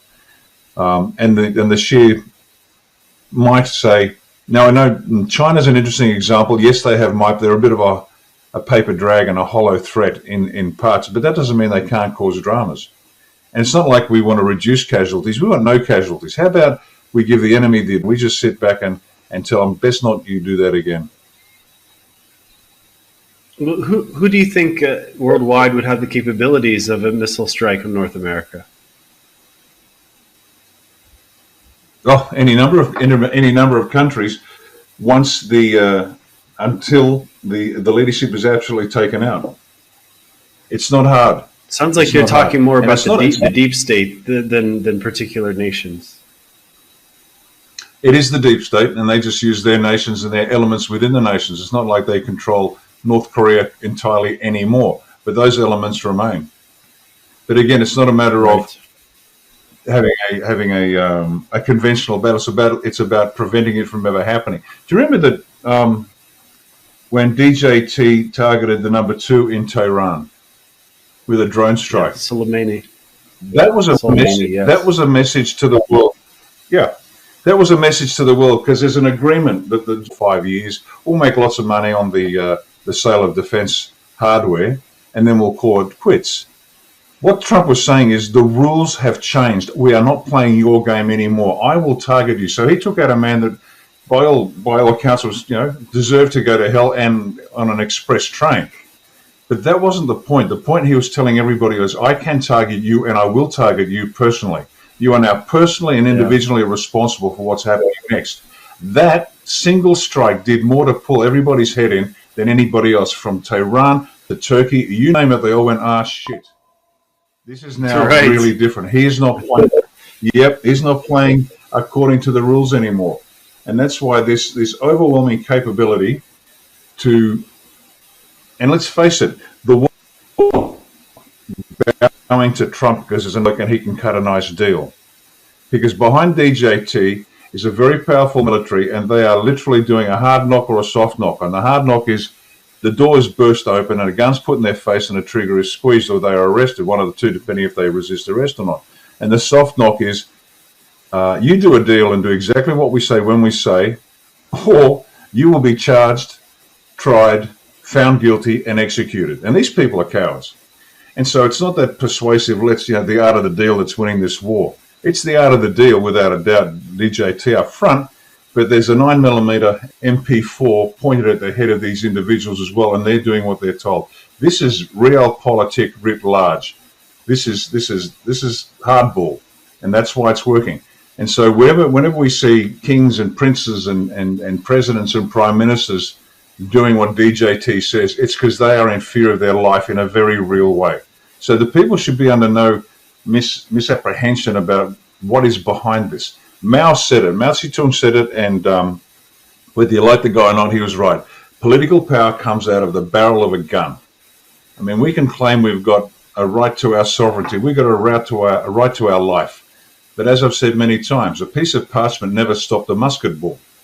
So you can have all the rights you want to, but unless you can back it up, unless you can defend it, you have nothing. You've got a right to your life. Right. If the Crim's got a faster, better gun than you, you're out of the game. And so the people have to realize this is hardball. Yes, it's easy for us nowadays. We've been softened by so many generations of not having to risk our lives in a revolution for our own country. But the founders of America knew how politics worked all too well. They risked it all to make it happen. So I really like your example of Soleimani being Trump's worldwide announcement that the rules have changed. We're no longer doing just war profiteering. The peons here, I'm willing to go get off the top brass here to get things done the way I want them to get done. I remember he said the same thing to the top leader of the Taliban. He said, I want you to know that I can see your house right now in a satellite image, and I know exactly where you are right now, and I know where you live, and I can take you out at any moment that I want to. And that I've never heard a president say that before to a head of state or a world leader. So that's for real. But isn't it great that we have someone that tough that wants world peace, and he's willing to be that tough to get those deals done? I want to get your perspective on the tour to Saudi Arabia, where they had historic investment deals done. We had the top tech leaders there side by side with President Trump, the leaders of the robotics and AI revolution were there, and they basically did a deal for security and innovation where the Saudis got to basically buy into future American supremacy, military and technology-wise, and be investors and be able to earn a dividend on that. So what are your thoughts on that alliance? Yeah, critical, extremely critical. Two parts. One of DJT's primary responsibilities as a national leader, and all national leaders, is strategic alliances. Because no nation on its own can handle the world. It doesn't want to, it doesn't need to. I mean, at various levels, some nations can, the US most of all, thank goodness, and the deepest respect, having worked for many years with US Armed Forces, particularly US Special Forces, just military on the planet without a doubt. But there's no need to. The idea is to do it strategically, to bring in strategic partnerships. Business acumen and understanding is paramount. He's going to bring people in so it's in their best interest, both financially and in terms of security, to be part of the future. Now, the fact that he had the AI and robotics people there was a signal that he understood that this is the greatest threat to the planet, AI and robotics, if not handled correctly. It really is. Everything else pales in significance. And so he's going to lock in as much physical, financial, economic and national power into the plan to make sure that everybody plays according to the rules. So there's only one team to join, that's the DJT team, or you're on the outside. And if you're on the outside, you're going to lose. And so he's bolstering it up. Second point, for the longest time, the US has funded everybody else, and it's now just payback time. So the fact that he's getting his national military industrial complex working for the right people for the right time, for the first time, it's a rebalancing of the whole structure of the planet, because he's now calling the shots. And when the US is selling its technology, it's good for workers, it's good for balance of trade, it's good for capability development in a general sense, but it's also critical for this reason, because whenever the US sells weapon systems overseas, and all countries do this, the US keeps the A model for themselves, like, for example, an aircraft, a US-built aircraft, at full capability, will detect and engage an adversary aircraft at a much longer range than the version they will sell the rest of the world. So let's say the targeting and engagement range is, let's say, pick a number, 5 miles. The one that they sell to the rest of the world will be degraded depending on how close they are to the US. The best allies will get the next level, and the ones they're just selling to, because it's a good business deal to do so, get a much lower one. So they're never selling exactly what they have, and that's smart. You don't give your potential enemies or even your allies exactly what you have. You've got to be the biggest dog in the fight.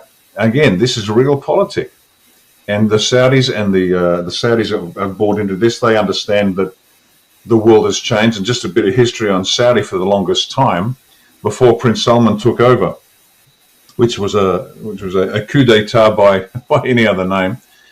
Before he took over, it was the Wahhabis who were in the desert that ran the country. The royal family might have been the royal family, but the Wahhabis that applied this extreme Salafist interpretation of Islam, which is the interpretation of Islam, It's not extreme. Islam is extreme. And what some other nations do is they water it down. But the Wahhabis that ran Saudi, they're the ones that control the mullahs, and the mullahs ran the royal family.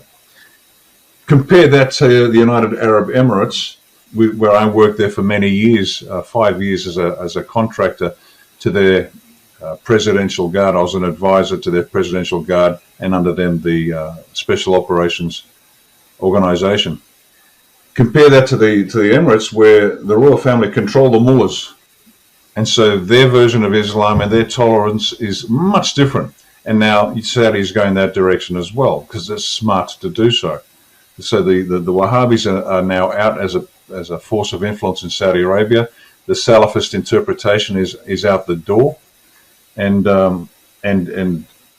DJT's speech saying that the terror is over, religion cannot be used as a weapon of war anymore. This is from his first tour. That was another message to the world saying the world is about to change, so get on board or get out. And so this meeting in Saudi, just to wrap up all of that, it is an economic, it is a financial, it is a national, and it's a security issue all rolled into one. And the whole world is now looking at that saying, my goodness me, the world is changing. All of us are now seeing a very different underlying global structure of power. And it's magnificent to watch. The left are just falling over themselves. There's nothing they can say or do to criticize what he's doing. They might try, but they'll fail miserably. What about the shift also away from Israel and towards cooperating with the GCC, the Gulf Cooperation Council there? What are your thoughts on that? Because it seemed like at the beginning of President Trump's term, he was at least publicly seemed like Israel's best friend, and then it's just been less and less of that posture every day in the administration, and that trip to Saudi Arabia seemed to mark that distance as the Secretary of State Hegseth canceled his trip to Israel to accompany Trump there on his Middle East tour, and things are really getting very, very ugly in Israel with the humanitarian crisis in Gaza. So what are your thoughts on how things could play out with Israel? Yeah, the GCC is key. The US has always had a very special relationship with the Emirates. And as I said, I was on a contract there for about 5 years, 2009, 2014. And in fact, apart from the high-level strategic planning and capability development frameworks that I developed, we also trained up teams and took them to Afghanistan. I mean, they were already serving in Afghanistan, but I was called in by the Commander Special Ops, and he said, look, I want you to elevate the skill levels here and really get them working. And we did. We took them over there, and they were doing things they'd never done before, leading combined patrols with the US Special Forces and Emirat, the UAE Special Forces as well. So the UAE's got a special place, and people ask me, why do you work with the Arabs? I said, easy. If you want a stable world, you need a stable Middle East. If you want a stable Middle East, you've got to have the Emirates. And the Emirate leadership is just superb. These are smart people. They know how things roll. Zayed, they're creating peace and prosperity, so we have to give them some credit for that. Absolutely. Zayed Al Nahyan, the founder of the UAE, the Emirates, he actually brought together the 7 Emirates that now make up the UAE. They were separate countries. They were called the Trucial States. Britain had a history, had links, independent links with these states. And Zayed was able to build them into a cohesive nation. They're extremely proud of their country. They're extremely proud of Zayed, their founder. And his sons are running Abu Dhabi. Abu Dhabi is the largest emirate in the UAE. It is the richest emirate. The leader of Abu Dhabi is always the president. The leader of Dubai is always the prime minister. Now, look, and people are going to understand this. This is the level of antipathy that these nations had between each other. In the late 60s, early 70s, Dubai and Abu Dhabi, these two separate emirates, not just the actual cities, but the emirates, they were exchanging shots across the border. And by 72, Zayed had begun this process of developing the United Arab Emirates. And that's just a remarkable achievement of political acumen and strategic foresight. And he was able to persuade 7 separate kings to come together under him. And so you've got this unique country in the Middle East, the United Arab Emirates. And so the Gulf Cooperation states, the GCC, is there ready to do work. DJT is more than keen to get in there because they're the right people to get in there. He gets the Emirates in it. The Emirates can bring the rest with them because it's in their interest. Nobody actually wants the fight. The Emirates are directly opposite Iran, and they still have contested islands in that gap between the two countries that have been a cause of a thorn in their side. But the Emirates have played the long game. They've been very patient. They haven't been too belligerent about anything, despite what Iran was doing. There's a lot of trade between Iran and the Emirates, and people don't want that interrupted because trading is always better. Buying and selling is better than exchanging shots. Now, as far as Israel's concerned, the message was out there a long time ago. Israel will be kept till last. Now, we're not, and this is where we've got to be careful so people don't think, oh my goodness, they're all anti-Semites. No. Point number one, Arabs and Jews are all Semites. So that's point number one. Let's just get that out of the way. Secondly, the Israel that we're talking about is the Khazarian mafia-led cabal that runs this place called Israel. The average Israeli is the most put upon individual by their own people. They have been, as my son says, gigavaxed. The poor average Israeli has been pumped up with 8 shots because the Khazarian mafia that controls Israel, like Bibi Netanyahu, there's nothing ethnically Israeli about him. Even in Semitic, is not. He's European. And all the leaders are. This Khazarian mafia, now the Israelis will be, the people will be, but it's the leadership that's the problem. And there's a little piece of advice for the Christians out there that believe that they have to support Israel, otherwise God's going to punish them. I always ask them this question, really. Which party are we supposed to support, Likud or Labour? Let's get down to 10 tacks here. It's just ridiculous. And so the Christians in the West have to wake up and realize that the Israel they're supporting, this Khazarian mafia, is that need to be removed from the face of the earth. And we're not talking about Jaime that runs and Karen that run the local kosher deli down the road. I'm not talking about them. Nobody is, except for the lunatics. The Israel that needs to be destroyed is the Khazarian mafia, this cabal that has been running this former territory called Israel. We know the Balfour Agreement's now run out, so it has no claim to the land anymore, legally. In a real sense, they might, but that's a separate question to be sorted out locally. And Israel is last, and the Khazarian mafia is going down. So when Pete Hegseth said, I'll give Israel a miss and I'll jump over to Saudi, another big signal saying, sorry, folks, but the whole tilt is changing. The whole balance of international politics has shifted ground. Yeah, just before we get on to that, let me just finish on the Israel issue, because the Israel issue is last. There will be threats of war and rumors of war. So expect that. There will be no war. It is not in anybody's interest to happen. The famous Samson option that Israel has, where if we go down, the world's going to go down with us and the world will be left in a smoking ruin. That was really the intention, but it's never going to happen. No, but the threats are there. So everybody should take a chill pill, lie down, relax, and understand that it's in good hands, that the world has to catch up. And as individually, we might have a clearer view of what's happening. It's going to take time for the whole world to realize how much it's changed. What they will see is what the black hats intended. The cabal intended this, but it won't manifest. DJT and the team, they've got a good grip on what's going on. We still have to stand up as people. Let me make that point very clear to everybody around the planet. Stand up and stand up for your country publicly to give legitimacy to the steps that the white hats have to take to clear out these last remnants of the cabal. In terms of getting in contact with us, we are at www. And you've got to put the W's in, www.australiaoneparty.com. That's our organisation's website. And we're on Rumble and BitChute and Facebook and a few other places. So check out our social media links at the website. And there are a number of individuals around the planet that like what Australia One is doing and they want to replicate us. They can use as much of our material as they like. We're slowly releasing more and more so they can do that. We know there's a Scotland one in play. There's a team in Romania that want to do the same things. There's some pretty keen Filipinos that want to do the same. And so I guess we're charting a course. We're cutting through the jungle and making a path for others to follow to help establish a legitimate sovereign people with legitimate sovereign power over their politicians and their future. It's a great little job to have. I think it is. I think you're doing a great job, especially with your narrative campaigns. It really pushes the Overton window so that the other political parties, at the very least, are forced to address the issues that matter to us.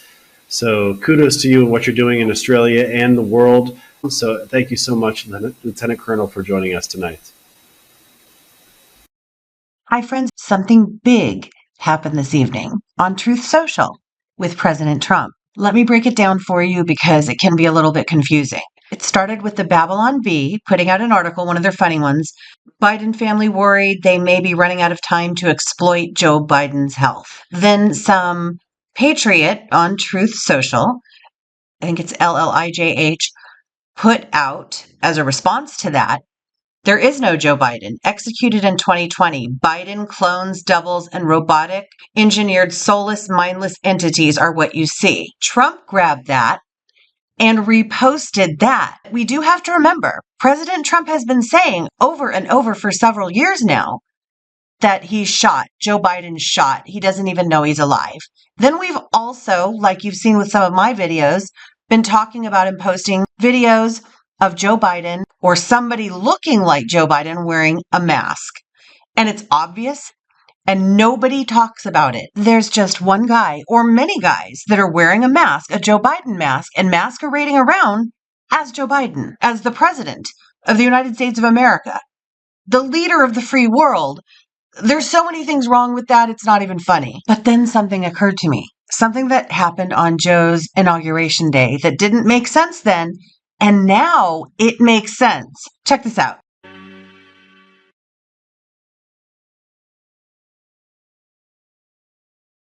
YouTube, and yeah, it looks like to me, Juanito, what you've always stated, what you've always talked about is coming to fruition with this next phase of the operation. I guess the next phase of this operation is for Trump to be a little more bold and validate everything that the quote unquote QAnons have always been talking about. We've been conditioned to accept certain things. Look, let me hit the third rail. And that was exactly the way it was put to me and someone else back when we were dealing with Oklahoma. It's the third rail. You touch that and try to go at the truth, it will not be tolerated. The powers that be will not tolerate it. I mean, people are thinking that Trump's crazy right now. I mean, okay, hold on, Nina. Let me help you out here for a second. Okay. I'm saying the opposite is true. Who's the crazy person? The ones that are under the spell and can't see the reality all around them in the matrix, or the one that's trying to kick them in the ass and get them to understand what's really going on. Everybody here in this audience, my guess is even people that want to live in denial at some level, know there was something completely unhinged wrong that Biden would ever be in the president's office. The people that wanted to back him as a great president, he's doing a really good job. Everybody in this audience, you gotta wonder about that person. Seriously? Hold on, Juanito. Most people can sit here and say, most people listening to this will be like, okay. I can understand. I can swallow the pill that Biden didn't really win the 2020 election and Trump won it, no doubt. Okay, that I can handle. But you're going to tell me that the real Biden was executed and there was a fake Biden in a fake White House? That's where we're going to lose a lot of people. Well, you get what I'm saying? Like that part. Hold on. Let's lose. If we're going to lose them, let's throw them overboard in the deep water. Okay. Yeah, I agree. Let them tread water. Man. So the question really is, we know that things were put out to the public which defy logic, which cannot be real, such as Biden's hand passing through the microphone while he's supposedly being asked a question just before or after he got off of Marine One on the White House front lawn. And that wasn't a green screen. Of course it was a green screen. And then the question is, multiple other images that you saw of Biden in circumstances that made no sense. Bicycle Biden with clip-on toe clips. Bicycle Biden. Oh, he fell down. Excuse me? That was really the real Biden? Look, you can go through, and there's been some great work done by some of the folks that are out there. I tip my hat to them, doing the before and after images of Biden. I don't believe personally that the Biden that I certainly interacted with in the 90s is the Biden that we have seen recently. There's something off in the appearance that is more than just age. But he's confirming that he was executed. I mean, Trump retruthed that. I mean, And what I want people to slow down and think about is you have literally the person that, for all intents and purposes, is the most powerful human on the planet in many ways. You can have an argument of, secret handshake people you don't know the name of that are pulling pins behind the scenes, people in the breakaway, because ultimately that's part of what we're really dealing with. It's the main issue. You have a breakaway. You were asking me about the AI stuff. Well, who's really operating the AI in a Mission Impossible type of a mentality scenario? I've been talking about that with audiences back to the 80s, okay, in various situations and hosts that you know the names of behind the scenes. The breakaway is a real thing, and they have a very specific plan. So then you look at their machinations out into the rest of the world, and the way that we're expected to accept reality to be, and it's the two are not the same. There's something completely off.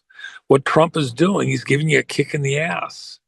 Remember, it didn't start with Biden on some of these issues. If you want to go to the execution, the only way Biden could have been executed was with President Trump's knowledge. He was the commander in chief in 2020. Well, this happened on Trump's watch, so Trump had him executed. Trump would have been aware. You can't say had him executed. If that was the case, there would have been a tribunal. It would have been a secret tribunal, and then some type of judgment issued. Guy doesn't know he's alive. He's shot. The guy's shot. He's shot. He's shot. Biden is shot. You know he's shot, right? He's shot. He's shot, just so we understand.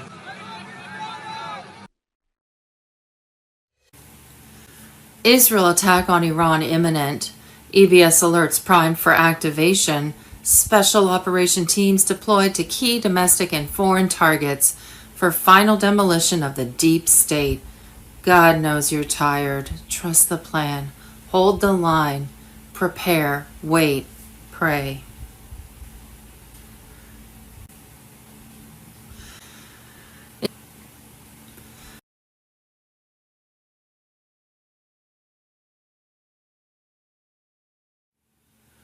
What we think we know as of Thursday, May 29th.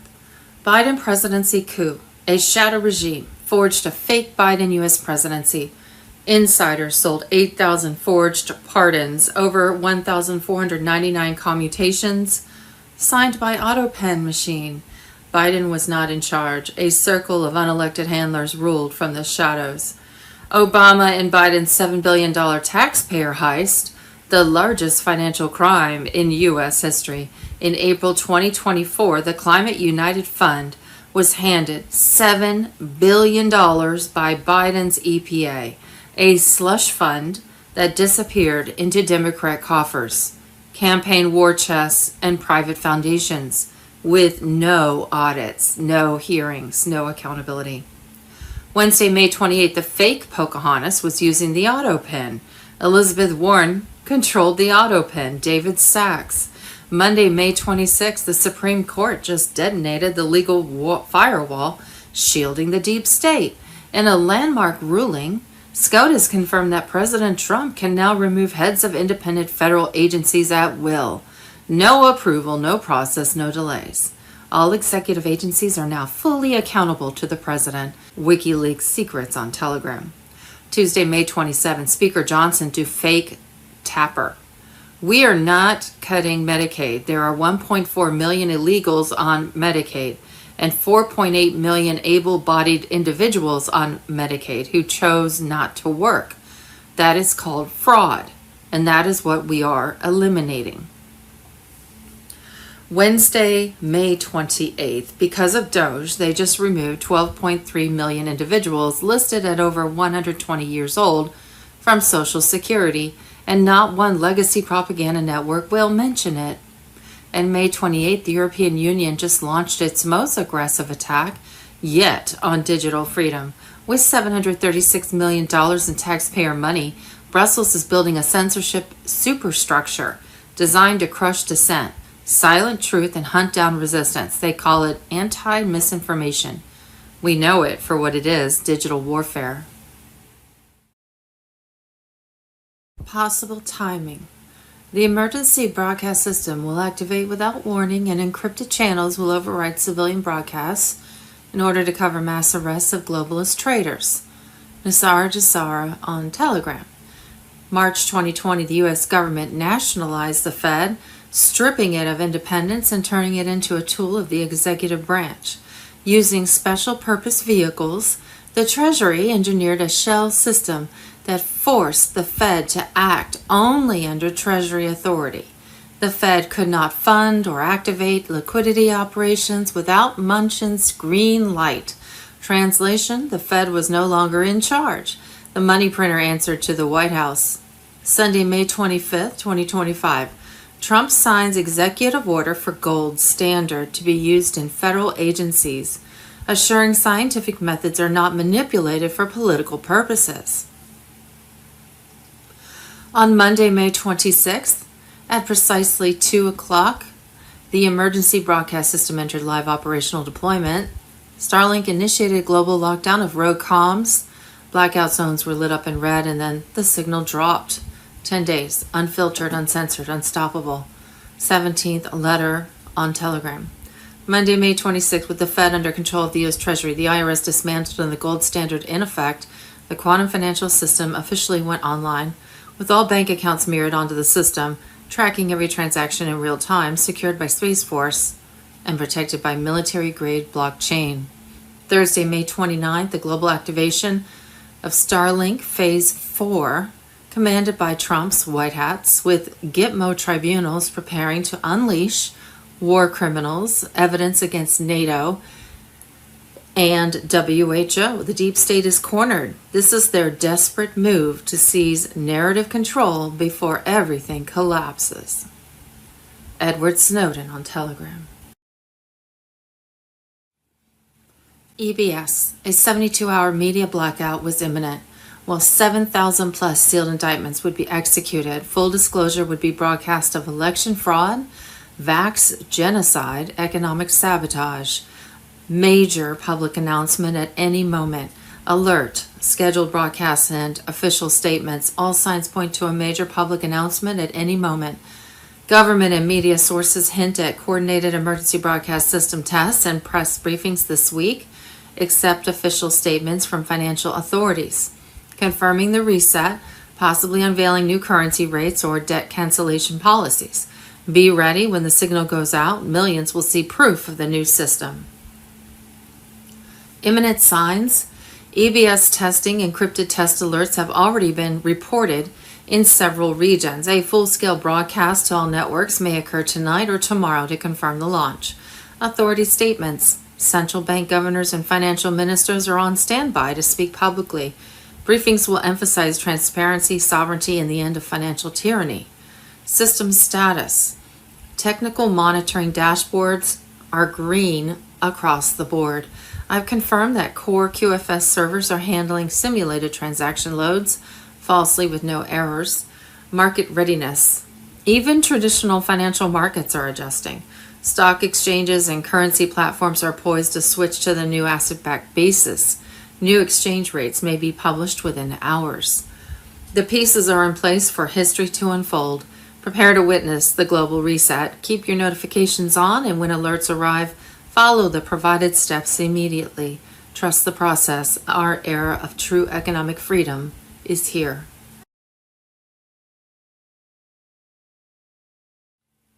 Tuesday, May 28th, Operation Phoenix is live. Gitmo is ready to detain the world's worst. Robert F. Kennedy Jr. on Telegram. Trump's military strike teams have activated Operation Phoenix. Gitmo is not just expanding, it's becoming a global command center for elite extractions, military tribunals, and real-time takedowns. This is the final sweep. Under Trump's orders, Gitmo has transformed into a high-security military fortress. Built to process and detain the cabal, underground wings now hold globalist criminals, bioengineered infiltrators, and satanic elites from secret Antarctic projects. Black Hawks are in the air. Flights to Gitmo are increasing. Military transports are funneling deep state assets into holding zones for tribunal proceedings. The facility is fully operational. No more deals, no more delays. Antarctica's frequency weapon grid seized. The U.S. Navy Storm, the ice-locked mind control base maintained by deep state loyalists. Trump's forces now control global scalar frequencies. The mind control net has collapsed. Red auroras spotted above key military bases are not natural. Under Trump's directive, military cyber forces launched code black lockdowns across global banking hubs. Swiss, British, and Japanese banking networks are now under covert alliance control. CBDC networks have been compromised, not by us, but by their creators. Trump's forces turned their systems against them. Their digital weapons backfired. The emergency broadcast system is armed and awaiting green light. Civilian lockdown drills in Phoenix, Atlanta, and Philly are EBS deployment prep. The window, June 1st through 7th, 2025. Once triggered, the deep state's comms will go dark. Military tribunals and elite confessions will flood every screen. You won't miss it. This is controlled demolition of the deep state. Trump's war is precision. Every leak, every seizure, every arrest has been engineered to collapse their global structure without panic. Hold the line, prepare, and trust the plan. Gitmo isn't full yet, but it will be.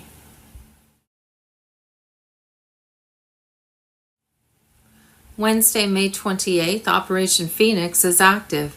Gitmo expands. QFS lockdown in Antarctica. Technology seized. QFS on Telegram. Operation Phoenix is active. While White Swan enters its final strike phase, an even more covert directive has gone live. Phoenix was never meant to be spoken of. It was designed to be executed. The military alliance under Trump's command is now moving with surgical precision, neutralizing what remains of the deep state's final defense systems. Gitmo has transformed from a detention center into the most fortified military compound on Earth. It's no longer a place of waiting, it's a place of judgment. Entire underground wings have been carved out to detain those whose crimes defy human comprehension. Politicians, bankers, and biotech agents are being flown in by military transport under full blackout protocols. The Antarctica operations have yielded terrifying discoveries. Genetically modified humanoids, engineered through black budget programs to manipulate human thought and behavior. These programs have now been seized, dismantled, and exposed to tribunal review. What the military extracted from those facilities has already changed the war. Medical military units are no longer on standby. They are in full deployment in cities like Denver, Dallas, and Jacksonville. The response was immediate. The networks responsible are being crushed.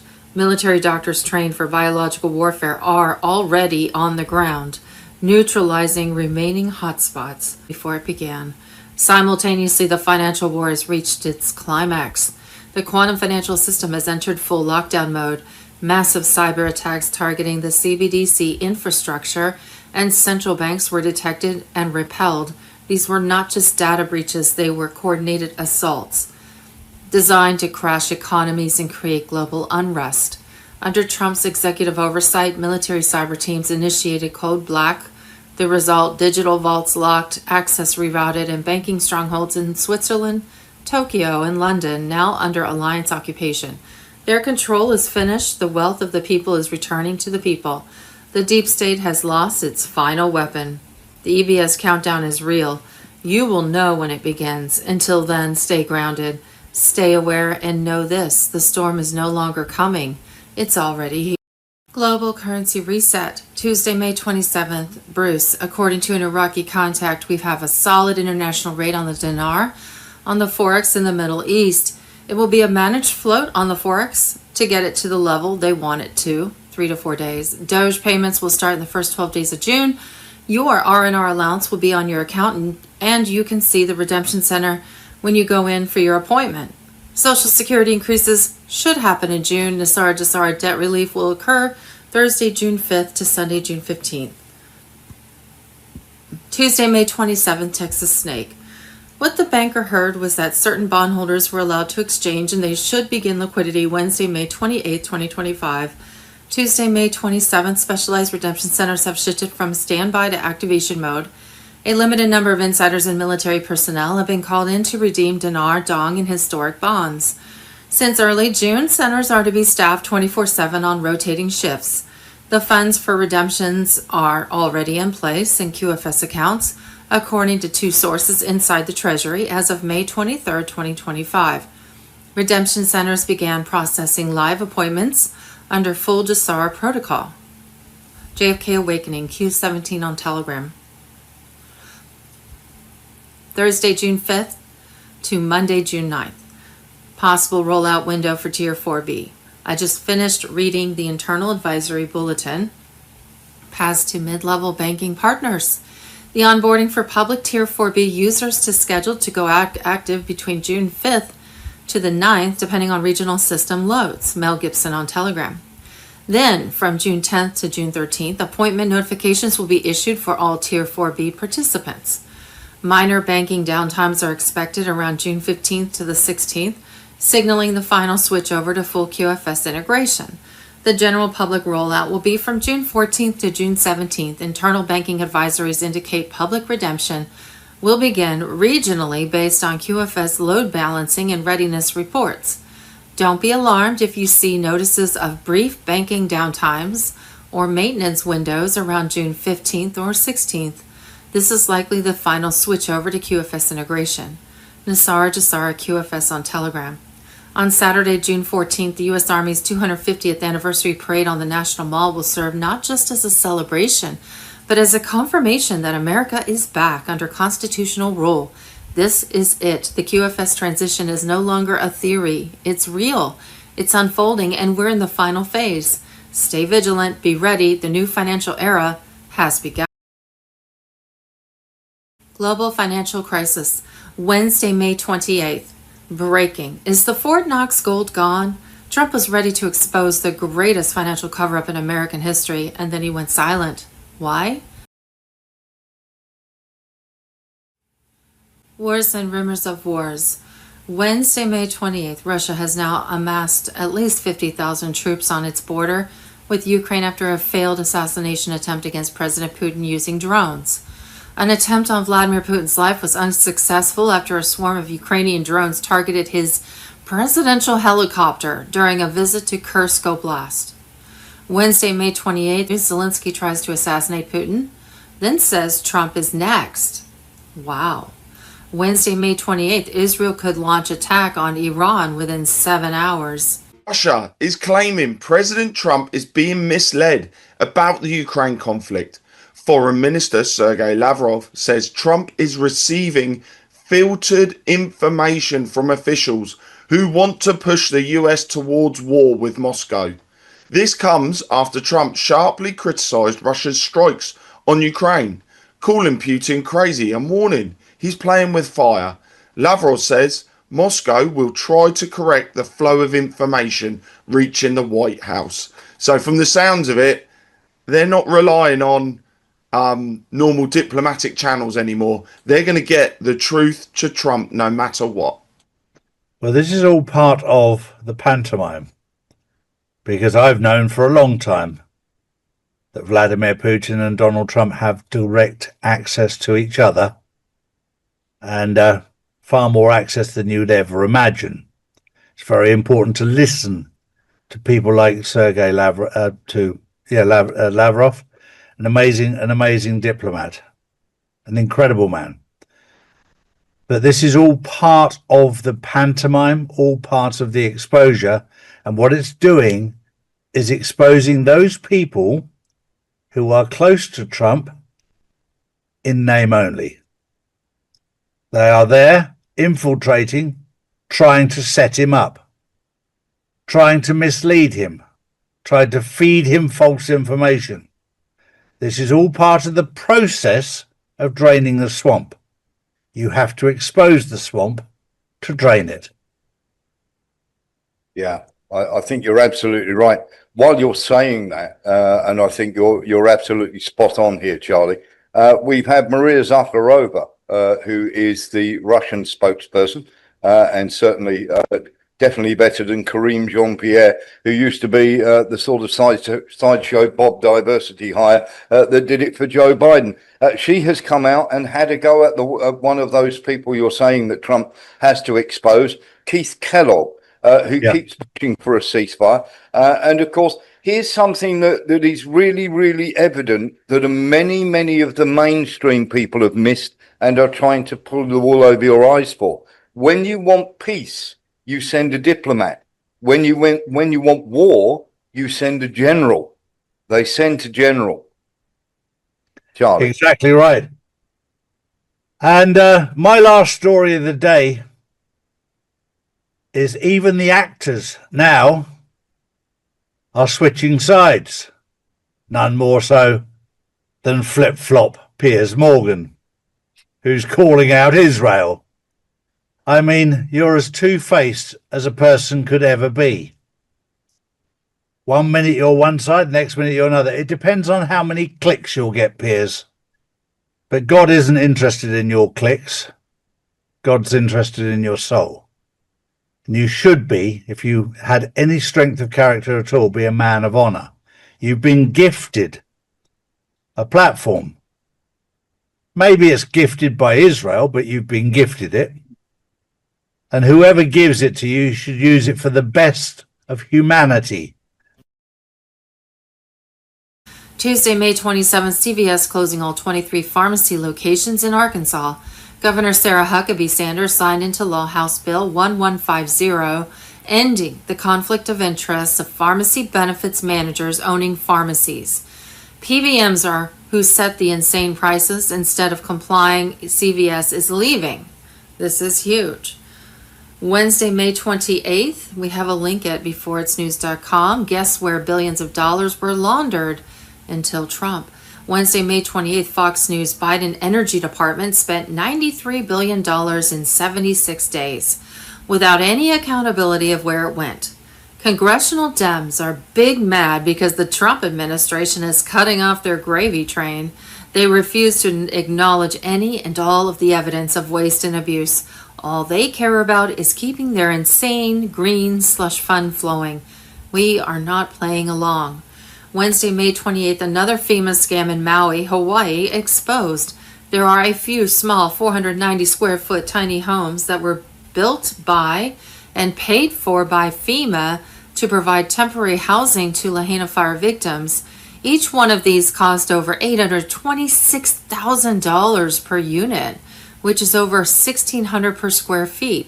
This is a total ripoff, and the U.S. taxpayers paying for it? Judy note, I hear from a very good source that many Lahaina victims are still living on the beach almost 3 years after the man-made fires. Wednesday, May 28, 17. The Storm, the Chips and the Wizards classified intel, May 28th, military disclosure they never wanted you to see. Wednesday, May 28th, Biden scandal worse than Watergate. Worse than Watergate, breaking scandal detonates DC, new cabinet proposed, Trump explodes. Wednesday, May 28th, Exclusive intel, Assange calls Trump for private transfer of explosive corruption files targeting Democrat power structure. And Wednesday, May 28th, breaking alert, White House. Coke, lies, DNA, FOIA documents exposed the Secret Service. They lied, destroyed evidence, and hid DNA. Wednesday, May 28th, dossier number 001, the Phantom Auto Pin. Breaking, Elizabeth Warren controlled Biden's signature machine. Trump administration official exposed. Wednesday, May 28th, current developments, the deep state's downfall. Recent intelligence indicates that January was a critical turning point, with February witnessing significant advancements.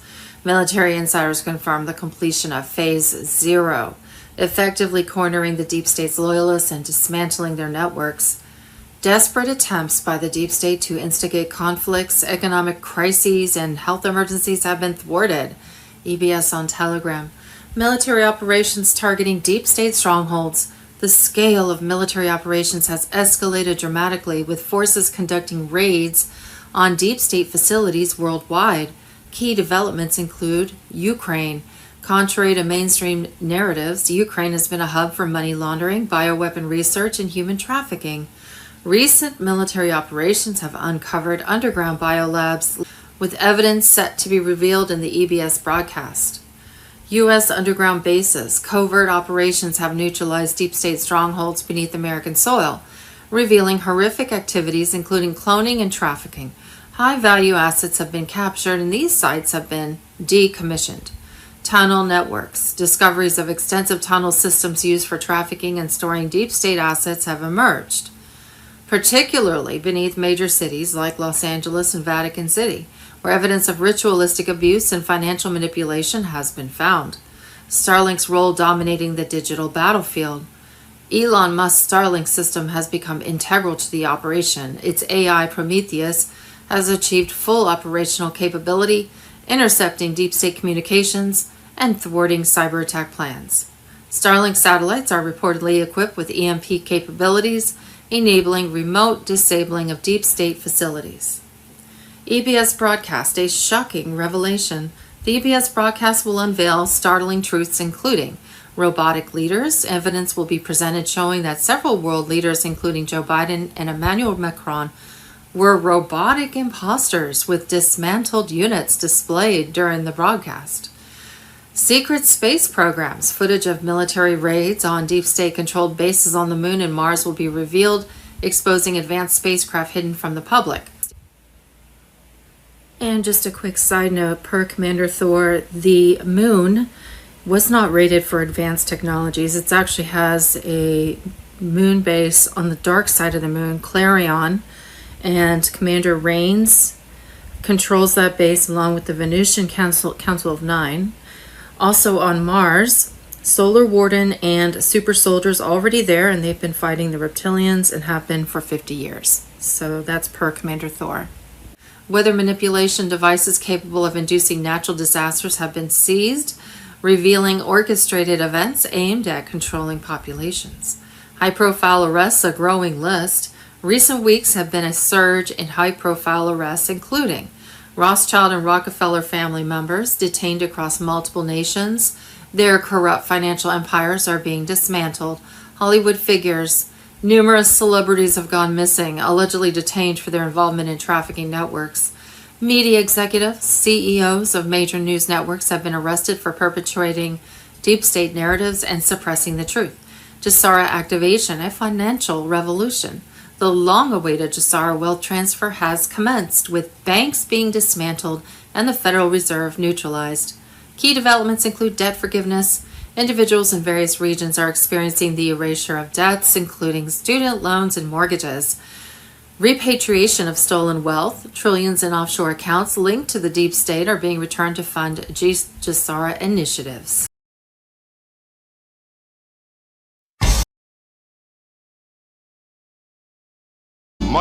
Where is JFK Jr.? 107 on Telegram. He appears at Trump rallies, always close, always watching. Dark glasses, black MAGA hat, sometimes with a woman who looks uncannily like Carolyn Bessette. The media brushes it off, a harmless Trump supporter named Vincent Fusca, but digital analysts and forensic artists disagree. Let's start with the face. Overlay comparisons between JFK Jr. and Fusca show near perfect alignment in jawline, nose bridge, and ear structure. Key identifiers used in biometric analysis, the facial growth and aging trajectory, match what John would look like 25 years later. Dental markers are consistent, even the slight curvature of the right brow. A JFK family trait is there. Then there's the voice. In 2020, during an unlisted live stream in Dallas, Fusca was filmed speaking briefly to a small group. Audio engineers ran voice matching software using archived JFK Jr. interviews from the 1990s. The result, 96.7% match. Tone, cadence, vowel flattening, all within tolerance for age progression, not conclusive but statistically impossible to ignore. But perhaps most compelling, he's always placed directly behind Trump. At rally after rally, Fusca is positioned in VIP zones, sometimes next to Trump family members, often captured by official camera feeds. Not once has he been removed by security. Not once has his presence been questioned by campaign officials. Why would an unknown civilian have that level of access at multiple high security events? A leaked email from within the Trump 2016 digital team contained the phrase, JFK will not rise, not in name but in purpose, sent to a restricted clearance group 3 days before the Pittsburgh rally where Fusca first appeared. Coincidence? They laughed at the thought until the man in the crowd kept showing up again and again and again.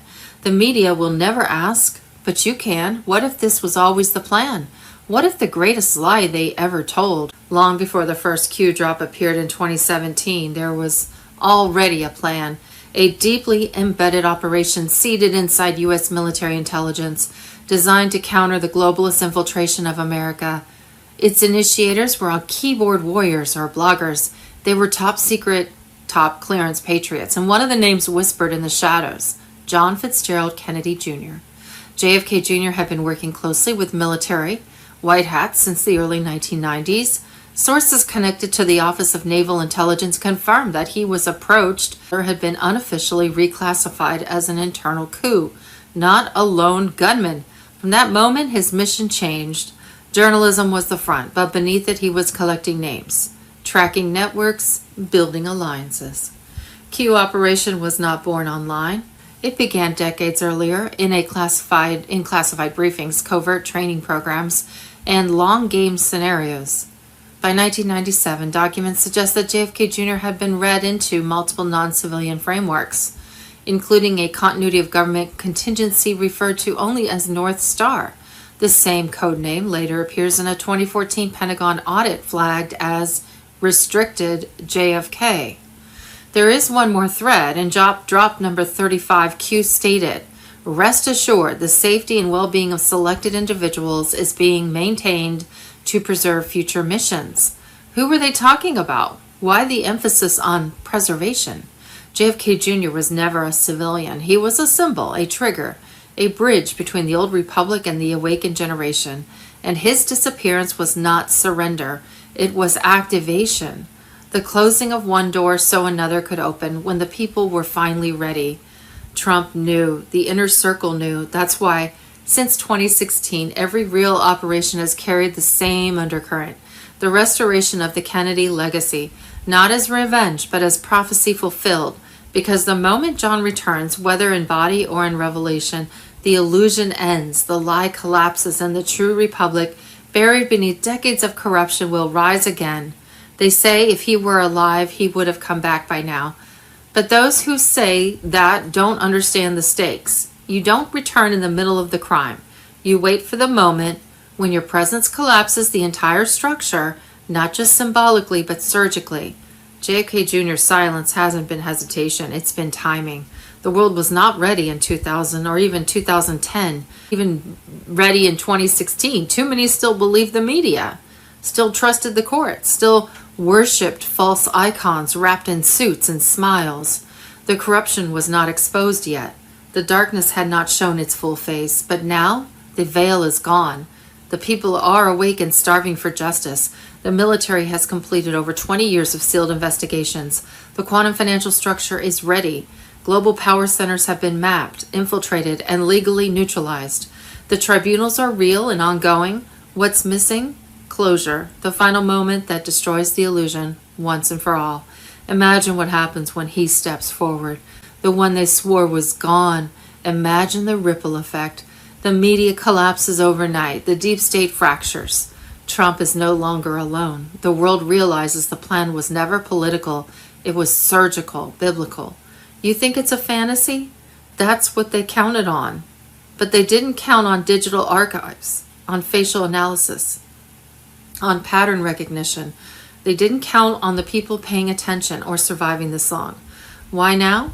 Because this is the end game, the perfect storm of exposure, accountability, and resurrection. Not of a man, but of a nation. His return would not just be vindication, it would be declaration that the republic still lives and that evil never had the last word. They tried to erase him, but they couldn't erase the plan. Now he doesn't need to convince the world. He just needs to appear. Wednesday, May 28th, the U.S. State Department put together an entire network to protect George Soros, Stormwatch 7. This was funded by American tax dollars. Our money was even used to pay off Congress to fund this insane. Mike Benz, the State Department, was concerned that Lithuanian media and Lithuanian political parties were criticizing George Soros. So the State Department writes this big cable that WikiLeaks published. The State Department lays out the action plan to protect George Soros from criticism and how they're going to back channel with their allies in the government, how they're going to back channel to shut down these media outlets, how they're going to increase funding to offset. Now this is all just to protect one guy's foundation. We're paying for this as taxpayers. We're paying for the U.S. Embassy in Lithuania to work with the Maine State Department in Foggy Bottom to also lobby Congress for more funding and to hold all these meetings and coordination and all these counter strategies just to protect a random NGO halfway across the globe in low GDP country like Lithuania. But in this particular WikiLeaks document, you see just how much of a linchpin it is to the strategy. The State Department openly says that the Open Society Institution there is critical to U.S. statecraft, that they have all these relationships and network connections to key people in the power political party that the State Department effectively cooed into office. So you have this relationship where they're self-confessing that what is being reported about Soros and his role in intelligence, Soros and his role in American statecraft, they are self-reporting that it's true while coming up with a strategy about how to paint it as false, and then while mobilizing all of our American resources and diplomatic muscle in order to quiet down the criticism and stop the circulation of critics on Soros. Because it is an attack on the embassy itself, which is therefore an attack on all of the embassy's network assets, including in the intelligence world and in the NGO, the diplomatic and the military vectors. Wednesday, May 28th, Trump and Musk fight back. W.H. Grandpa on Telegram. May 28th, the European Union just launched its most aggressive attack yet on digital freedom. With $736 million in taxpayer money, Brussels is building a censorship superstructure designed to crush dissent, silent truth, and hunt down resistance. They call it anti-misinformation. We know it for what it is, digital warfare. This is not about stopping hate. It's about erasing political opposition. While Europe faces rising poverty, failing healthcare, and mass migration chaos, EU leaders are spending more on silencing people. They have openly shifted from governing to controlling, using AI tools like Fast Lisa and Vigilant to scan speech in real time, erase non-approved narratives, and mark dissenters for digital execution. According to a bombshell report from MCC Brussels, 349 projects are active, many hidden inside NGOs and universities, all with one goal: reprogram minds and build an obedient generation of state enforcers. Young people are being trained as narrative officers, not to think critically, but to monitor others and enforce propaganda. This is 21st century authoritarianism wearing a smile. But now the globalists are panicking. Trump is back. Musk is unshackled. On May 16th, Elon Musk revealed that the European Commission offered X, formerly Twitter, a secret deal. Censor content quietly and avoid DSA fines. Every major tech firm took the deal. Musk refused. They offered us an illegal backdoor censorship pact. He said, we said no. That's when the attacks began. Brussels launched an official investigation accusing X of failing to control disinformation and manage verified accounts. Translation: Musk would not become a digital lapdog. Now the EU is weaponizing the Digital Services Act and demanding internal access to Musk's data. But Musk is not backing down. He's fighting it in court and preparing to expose the entire machine. Behind the curtain, this is about Trump. Brussels fears the populist surge spreading from the U.S. They remember 2016. They watched 2024. They saw Trump's return and the quiet rollout of gold-backed economies or economics through QFS. Now they fear what comes next, a digital rebellion that they can't contain. This is not regulation, it's suppression. The same EU behind censorship just approved biometric surveillance, WHO health ID passports, and pre-crime AI policy. They're planning a digital crackdown before the awakening spreads any further. But it's too late. The narrative is collapsing. The truth is leaking. The resistance is growing. Trump is standing, Musk is resisting, and Europe's patriots are beginning to rise. Wednesday, May 28th. Do you want Thomas Massie for 2028? Ezra Cohen on Telegram. Point 1. 2020 election fraud complicity. The betrayal. Massie's refusal to challenge the 2020 election results, despite widespread fraud allegations, is a cowardly capitulation to globalist overlords, undermining American sovereignty. His letter with 6 Republicans dismissing Congress's role reeks of orchestrated deflection. Evidence. A 2020 internal GOP memo, leaked to a conservative research network, reveals Massie was pressured by McConnell-aligned donors to avoid election challenges with promises of committee placements. His vote to certify Biden's electors, despite Kentucky's Trump loyalty, contradicts his constitutional conservative branding. A 2021 ex-post from a Kentucky voter archived by investigators accuses Massie of ignoring local poll watcher testimonies about ballot irregularities.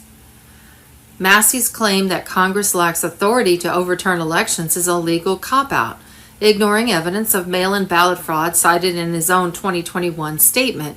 His silence on Dominion voting systems, despite tech expertise, suggests he's hiding something. Point 2, Take It Down Act. 2020 guest list from a D.C. gala, uncovered by a private investigator, places Massie alongside a financier linked to Epstein's New York operations. His vote against the Take It Down Act, which targeted deep fake exploitation, aligns with protecting elite tech moguls. Per a 2024 whistleblower report from a Silicon Valley insider, Epstein's network relied on political cover, with congressmen often wined and dined to ensure silence. Massie's tech prep background and patent wealth make him a prime candidate for elite recruitment. His libertarian privacy stance conveniently dovetails with shielding digital platforms used for exploitation. Point 3. Massie, the tech-savvy fraud, runs a crypto Ponzi scheme, laundering millions through blockchain wallets to bankroll foreign anti-American plots. His libertarian love for Bitcoin is a rancid cover for fleecing patriots and funneling cash to enemies. A 2024 blockchain audit conducted by a private cyber investigator and shared in a restricted Telegram channel traces 3.2 million in Bitcoin from Massie-linked wallets to a Seychelles-based exchange tied to Chinese state operatives. The wallets, activated in 2023, correlate with Massie's sudden push for crypto deregulation, per a 2025 dark web financial leak. Massie's MIT degree and haptic tech patents prove he's no cryptic novice. He's a mastermind exploiting blockchain's anonymity. His silence on China's digital yuan, despite railing against fiat, betrays his paymasters. The Seychelles exchange was flagged in a 2025 Interpol memo for funding anti-Western propaganda, uncovered by a hacker. Believe it or not, we are under martial law. with Trump as commander-in-chief of the global military alliance, who were fulfilling a mandate to take down the globalist empire and restore concepts of the original Constitution to free nations across the world. Trust the plan. Judy note, right now with a full-blown world war going on between good and evil, we were in America and around the world functioning under martial law, with Donald Trump as commander-in-chief of the global military alliance. The global military alliance mandate was to restore freedom to the Constitution and republics of the world and give it back to the people. Take down a Satan-worshipping. There was a lot to do. The Satan-worshipping globalist empire, better known as the Illuminati or Deep State Cabal, was far advanced on their depopulation agenda that was designed to maintain control of the global monetary system so pedophile, power-hungry, control-freak Satan worshippers could rule the world. The Deep State Cabal, under leadership of Obama, Fauci, Biden, Clinton, and Soros, transformed Ukraine into a breeding ground. Ukraine was the perfect cover for the death labs designed to depopulate society. No rules, no press, no limits, no trace. The labs were funded through U.S. taxpayer dollars hidden in foreign aid and laundered through the CIA black budget, all overseen by drug addict pedophile Hunter Biden. Former Secretary of State and Trader Antony Blinken's May 2025 military tribunal exposed a scheme aimed at bankrupting the country while enriching deep staters, including himself, overthrowing Putin, and eliminating Trump, all of which would be done under instructions of Barack Hussein Obama. On May 19, 2025, U.S. military intelligence intercepted and neutralized a massive deep state assault on America's power grid, digital infrastructure, and EBS broadcast towers. The target? Trump's QFS. Rogue CIA remnants, globalist agents and Biden holdovers, coordinated remote EMPs, transformer hacks, and AI-controlled sabotage in Florida, Texas, and California, QFS strongholds. It didn't work. Navy SEALs and Delta Force raided over a dozen CIA-run black site facilities disguised as research labs that were actually QFS disruption centers and black budget laundering fronts. Over 300 arrests were made in under 48 hours, with prisoners flown to Cheyenne Mountain and Site 17. Tribunals have begun. Meanwhile, Trump's command center is mobile, airborne, and active. Sources confirm final preparations were underway for the emergency broadcast transmission, which will unleash video proof of election interference, servers in Frankfurt and Ukraine, testimony from Epstein-connected defectors, financial trails linking the Vatican, WHO, and resource plundering. Rothschild accounts have been frozen, Rockefeller bunkers breached, and Windsor assets seized.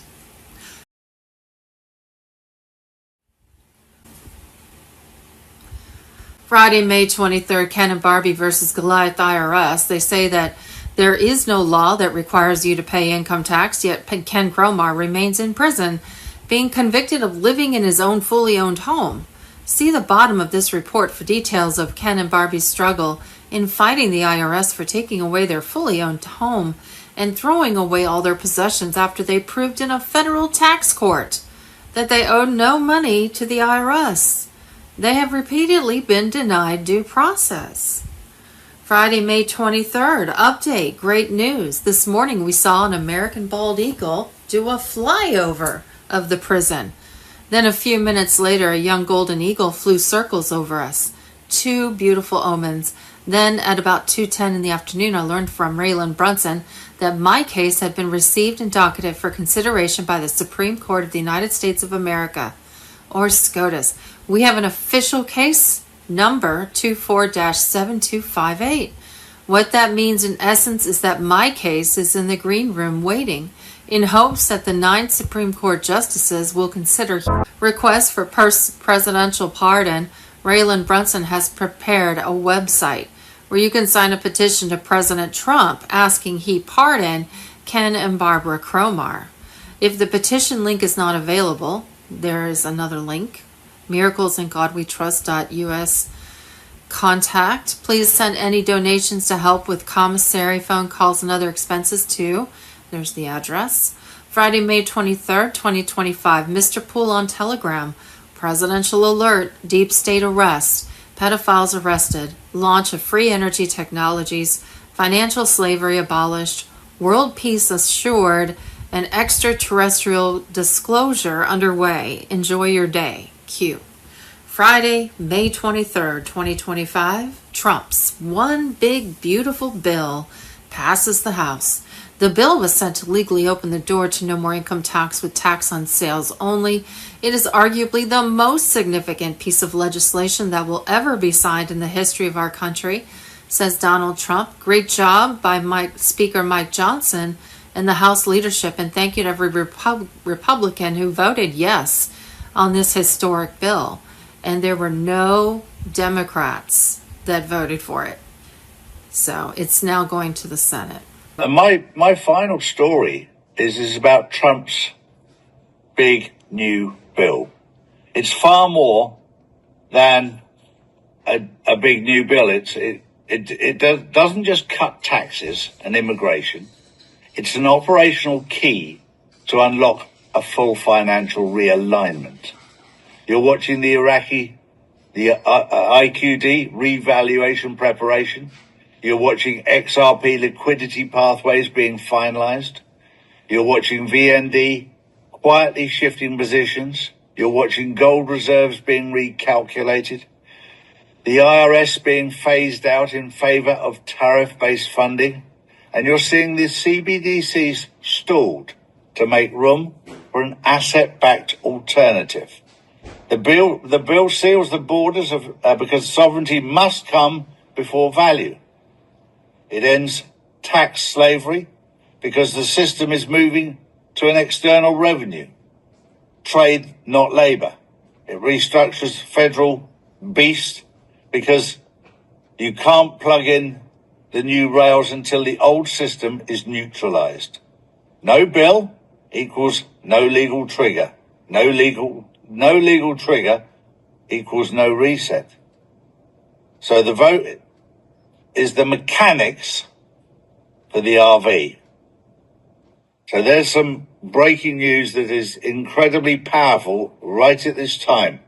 Keep your eyes open, keep your ears open. Things are happening, but you have to be spiritually awake to see it, because you won't see it on the mainstream media. You'll see it on our channel.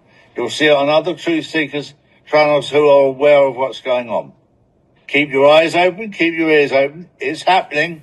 The 2020 U.S. election was a coup.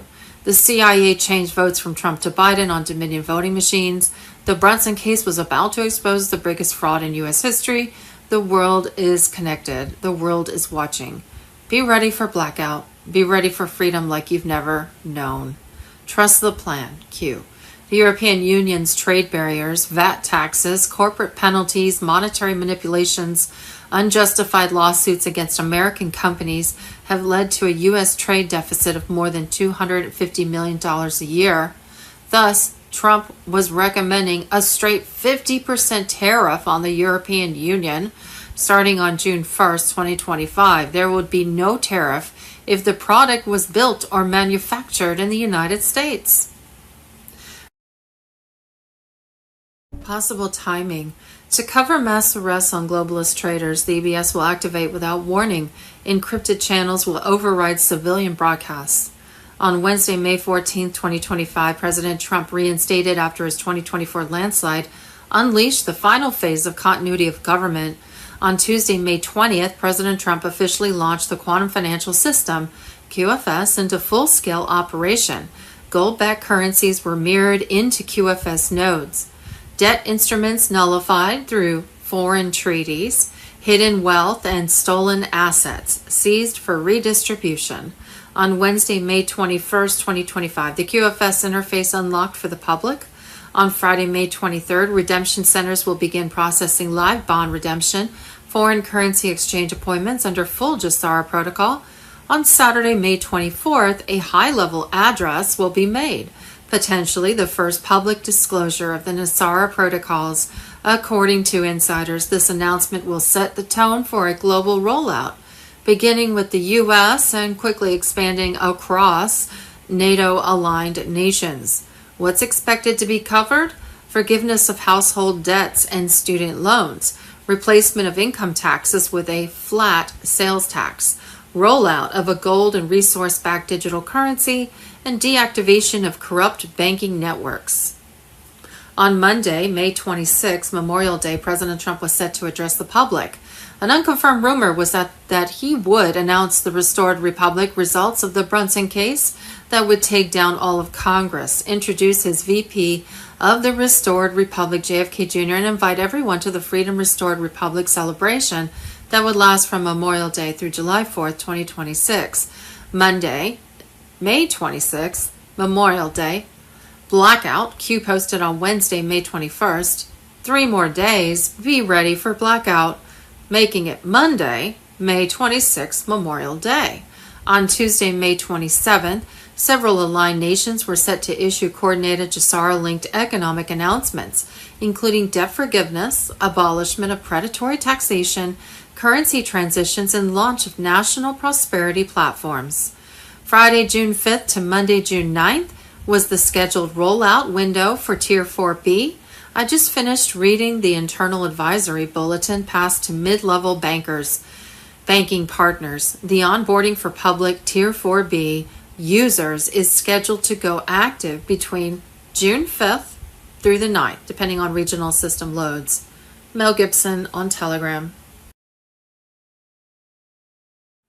Global Currency Reset, Friday, May 23rd, Wolverine. A certain platform has been given the green light and will begin on Monday, May 26th or Tuesday, May 27th. Some cryptocurrency holders have been paid. We are not that far away.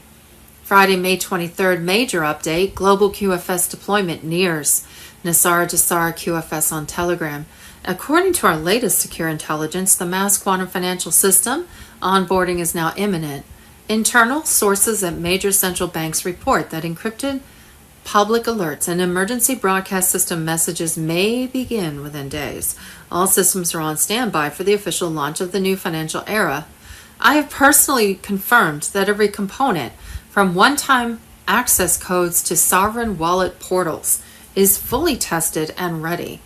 Key developments: secure codes, finalized distribution list for the unique one-time access codes. Wallet activation. Preparations for QFS wallet activation guides are complete. I'll be walking you through each step as notifications arrive. Public alerts, EBS or similar encrypted alerts are scheduled. Expect news to break on multiple channels at once. Global coordination. Central banks and financial leaders worldwide are synchronizing on the timing, ensuring a smooth simultaneous rollout. I've received reassurance from colleagues in government that nothing stands in the way of the launch. We are just days away from the global reset. We've all been anticipating. Remain vigilant, check your devices, and keep your communication channels open to receiving your code. The countdown is on. Friday, May 23rd, onboarding underway. Citizens receiving QFS wallets. JESARA QFS on Telegram. Breaking news from around the globe. Ordinary people are now reporting successful access to their global financial system accounts. In the past 24 hours, I've heard from contacts in New York, Nairobi, and Singapore who confirm that their official one-time codes arrived and their new wallets activated. Each user sees everything we've been describing: gold-backed balances, zero debt status, and a fully transparent sovereign ledger. These first-hand accounts prove the system is live and functioning. Notable user experiences: biometric entry. Logins are seamless with retina or fingerprint verification. No passwords needed, just your unique biometric handshake. Bank integration. Bank branches are buzzing as tellers and staff access updated. QFS terminals. Some banks have paused legacy systems to complete the quantum upgrade. Currency update. Digital wallet balances now reflect the new asset-backed currency rates instead of outdated fiat values. Early adopters report seeing immediate revaluations into gold and SDR-pegged units. Debt forgiveness. Paid in full. Notifications appear instantly under each cleared loan. One family's mortgage vanished overnight. Student loans and credit cards were wiped clean in real time. This is not a drill. QFS onboarding has begun in earnest. If you haven't received your code yet, stay near your phone or email. Official notifications will reach you soon. Keep your wallet app ready and review any pre-sent instructions. Everything is unfolding exactly as planned.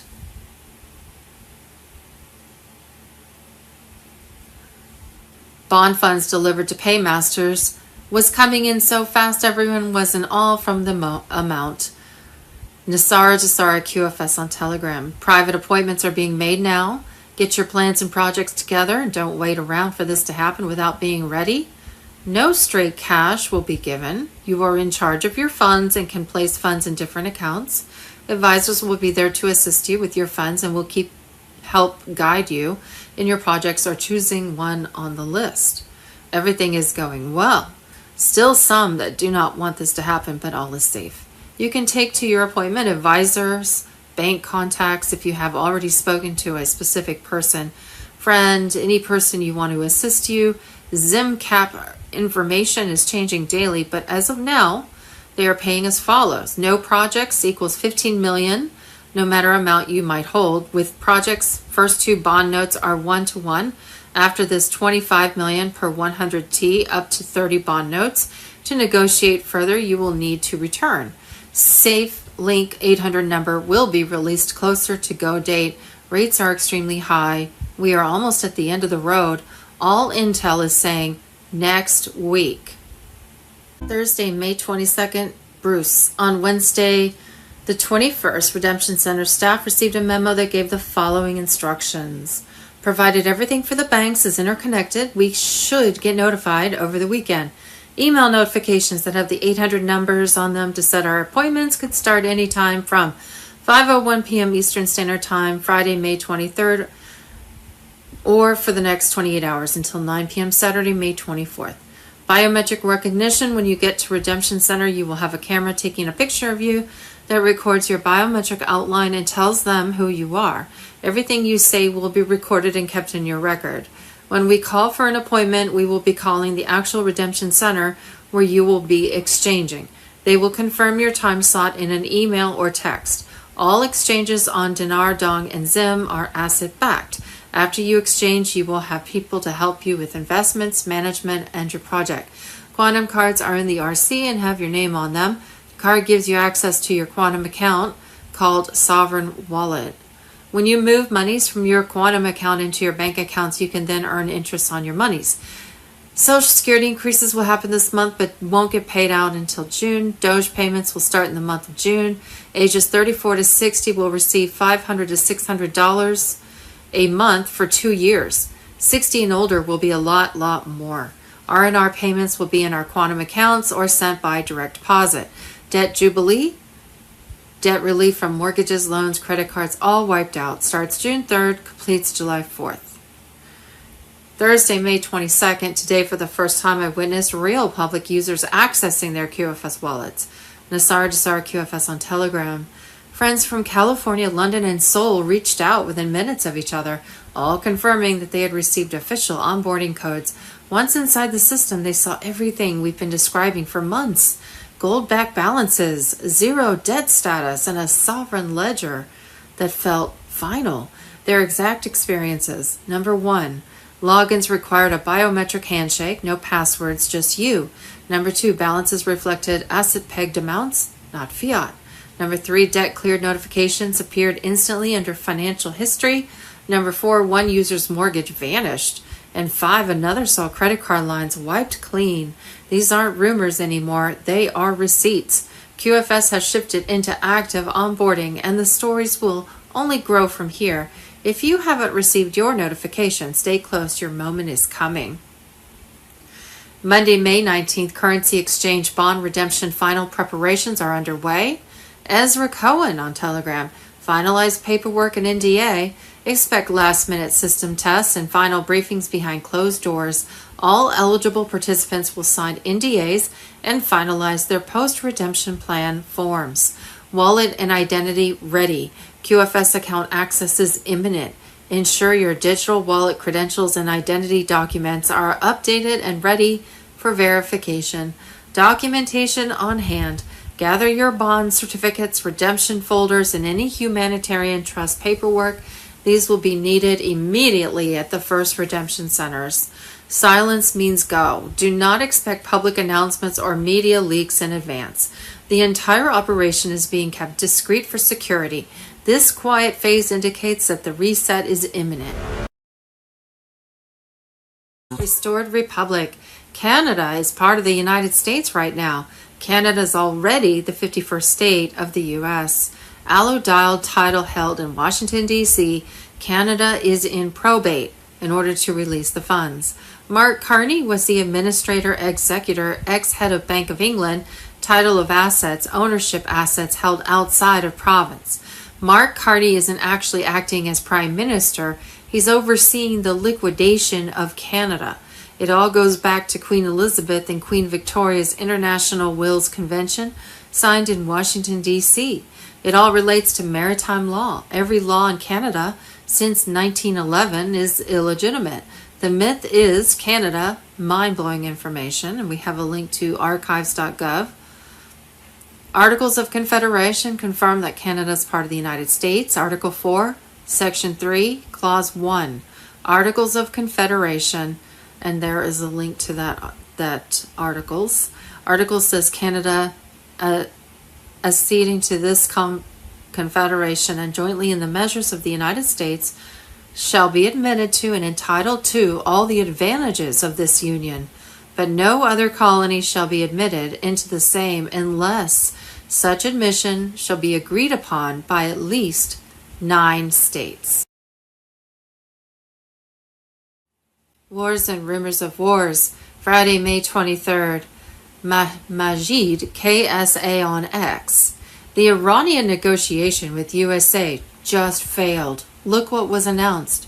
Rubio. Iran continues to expand and dialogue with it will not work. Iran poses a threat to the United States. We will not allow the Shiite militias loyal to Iran to be a threat to the U.S. Just a side note, this is just my opinion. I don't trust Marco Rubio. I think that he is working on behalf of Israel, the Khazarians, because I saw his picture in the list of senior executive service. We will not allow the Shiite militias loyal to Iran to be a threat to the U.S.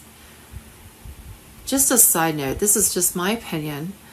I don't trust Marco Rubio.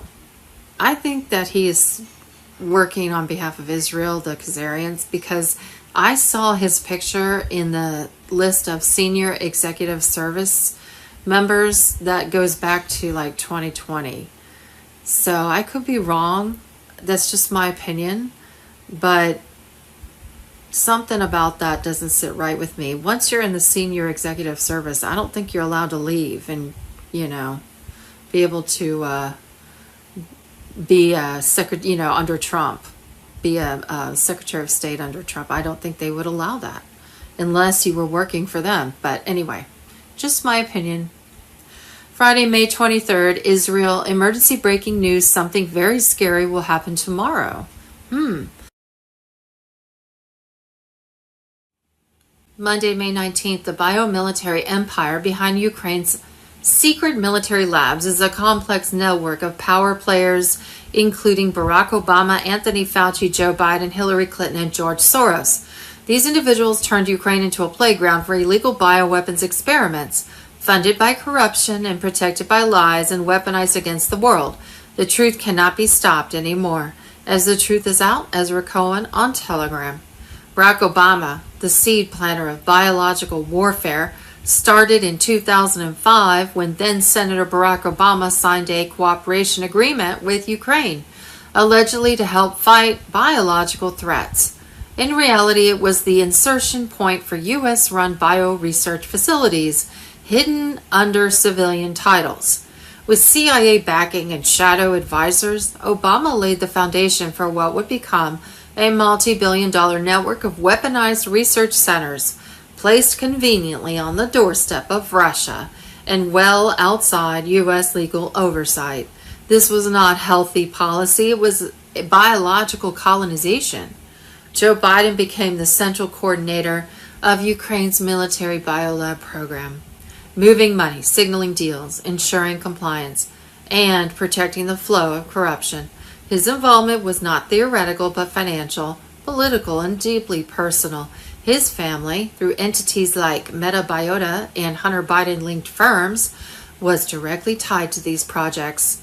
Billions in aid packages were funneled into Ukraine, with lab development hidden under humanitarian covers. Hillary Clinton, the legislative engineer of legalized chaos, did not run experiments, but legalized them. She pushed legislation that enabled dual-use biological research, meaning if it can help. Friday, May 23rd, Biden's auto pen scandal. MAGA voice on X breaking DOJ pardon. Attorney Ed Martin said Ron Klain, Anita Dunn, Steve Ricchetti, Bob Bauer, and Jill Biden were named by a whistleblower for Joe Biden's auto pen scandal.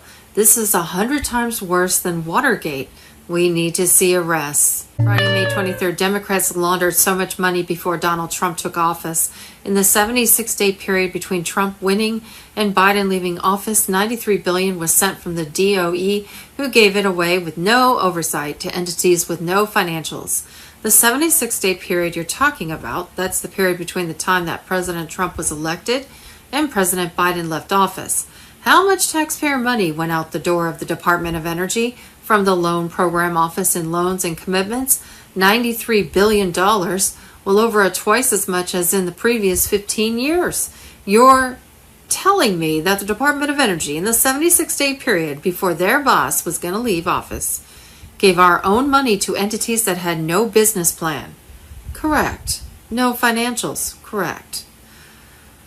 Friday, May 23rd, RFK Jr. had Senator Mullen just expose the insane misuse of the $1.7 trillion budget for HHS. Universities like Harvard and Yale were receiving hundreds of millions of dollars for research, but most of the money was going to indirect costs. And in other words, the money wasn't even being used for research. This sounds like one massive money laundering scheme with zero oversight. It's no wonder all these Democrat politicians are throwing tantrums. Friday, May 23rd, congressional hearing on the Department of Energy. Tony on X. So the people running the Department of Energy for Biden's administration shoveled $93 billion out the door in 76 days, and just happened to be the time between when Trump was elected and Biden was leaving. It is correct and distasteful. Friday, May 23rd, Code Black from the War Room. Deep State leak exposes why they had to eliminate General Flynn. We have it all. Wasn't a threat. It was a death sentence for their secrets. Friday, May 23rd, boom, massive scandal bigger than Watergate. The Biden auto pen scandal explodes as oversight project exposes the shadow regime. Friday, May 23rd, breaking. SCOTUS rules Trump can remove heads of independent federal agencies. Total executive domination. Lawfare destroyed. No one is safe. Friday, May 23rd. Breaking. Trump just blocked Harvard's ability to accept international students after revoking hundreds of millions in federal funding from the university. Friday, May 23rd. Revealed. Hidden codes in Da Vinci's Last Supper. Secrets finally decoded in shocking video. Expose.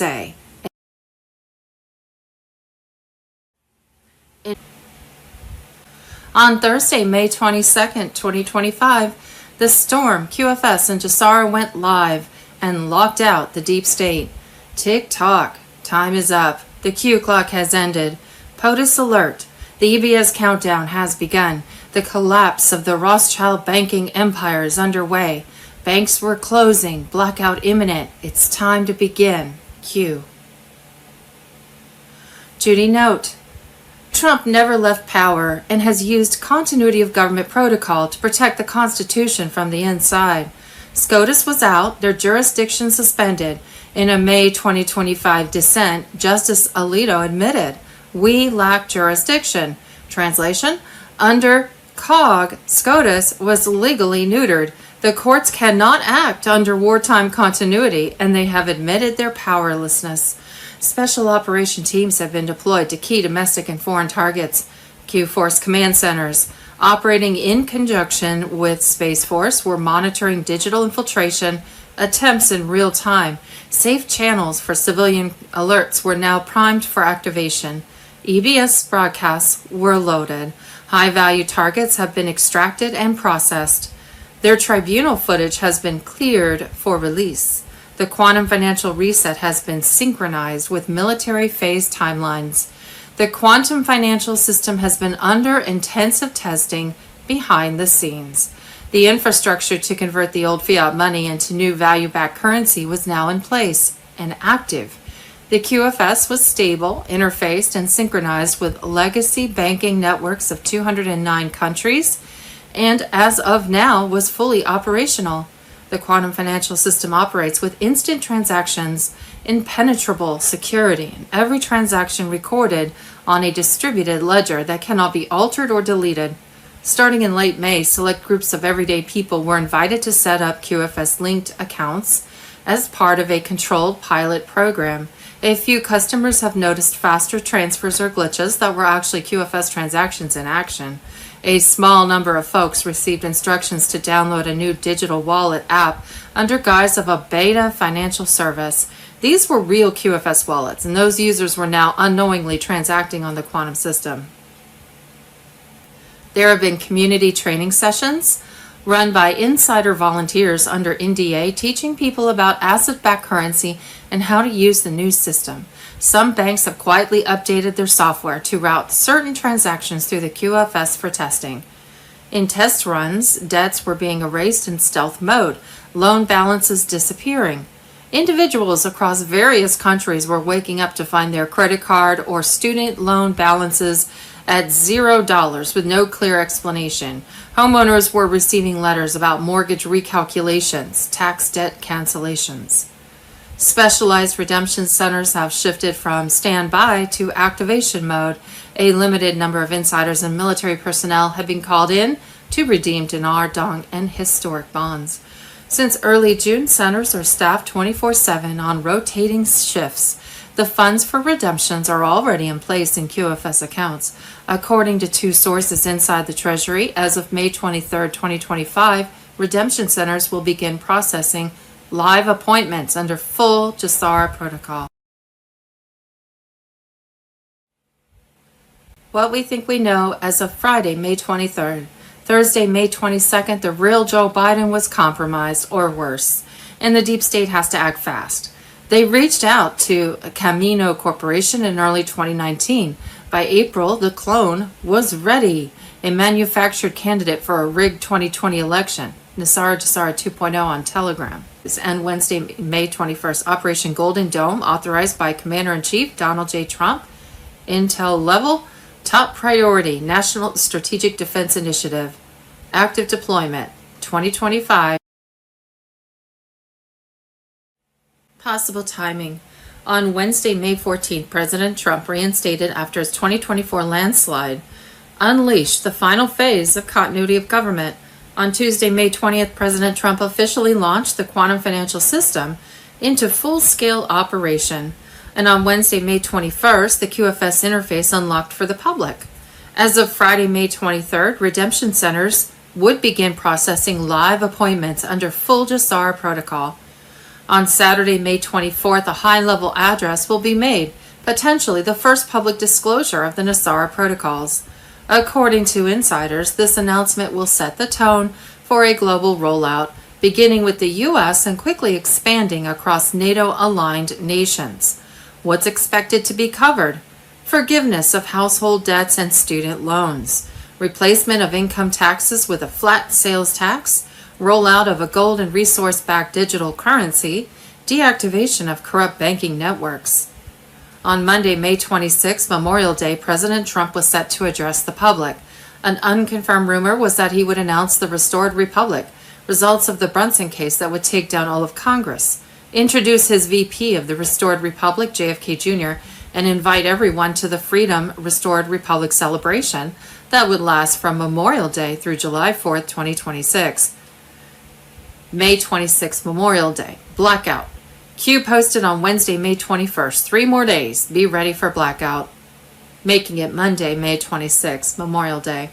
On Tuesday, May 27th, several aligned nations were set to issue coordinated JESARA-linked economic announcements, including debt forgiveness declarations, abolishment of predatory taxation frameworks, Treasury-issued currency transitions, and launch of National Prosperity Platform. Thursday, May 22nd, the storm goes live. JESARA in full swing. QFS locks out the deep state. As of May 22nd, we entered the active enforcement phase of the JESARA transition. This is no longer behind the scenes. The quantum financial system is online and its impact is spreading globally. While the media remains silent, a new world order based on sovereignty, transparency, and asset-backed currency is replacing the corrupt fiat system in real time. President Donald Trump is fully in command, and the deep state is losing all control. Redemption centers are operational, and quantum access cards have begun. Distribution to verified Tier 4B participants. These are not mere credit cards. They are multi-biometric keys to a fully secured digital wallet system backed by physical gold, reserves stored in U.S. and BRICS bunkers. The old banks are locked out. QFS operates outside all central banks and SWIFT-based networks. Meanwhile, biometric NDAs are being enforced worldwide. These contracts bind leaders and financial operatives to JESARA terms using DNA, retina, and voice print validation. Any violation triggers instant expulsion from the system. Already, multiple high-ranking officials across Europe and Asia have had their access revoked and vanished from public view, quietly removed by QFS enforcement teams. At Gitmo, the tribunal phase is accelerating. Detained IMF executives are now testifying under military jurisdiction. One bombshell, funds labeled as climate relief, were funneled through WEF and Gates-linked NGOs. The evidence is mirrored inside the QFS, tamper-proof and permanently stored. Simultaneously, 12 senior UN officials are under military indictment for sabotage. Crimes include interfering with African redemption funds, sponsoring covert bioweapon development, using refugee programs to hide ritual abuse centers. Trump has authorized a U.S. BRICS task force to detain and dismantle these globalist networks. Diplomatic immunity no longer applies. Starlink satellites, now fully weaponized and retasked, are covering Kenya, Nigeria, South Africa, Brazil, Argentina, and Peru, securing QFS Phase 1 rollouts in regions most compromised by globalist control. All transactions are now quantum tracked, verified by AI, and validated by quantum security keys. Public release of digital gold wallets has begun, but only for NDA-cleared patriots. These wallets operate independently of central banks, are quantum encrypted and immune to manipulation, require quantum access cards, and multi-biometric scans, reflect the beginning of post-fiat economic freedom. And yet, this is only the middle of the storm. The emergency broadcast system is prepped and tested weekly. Final sweeps in Europe and Canada are underway.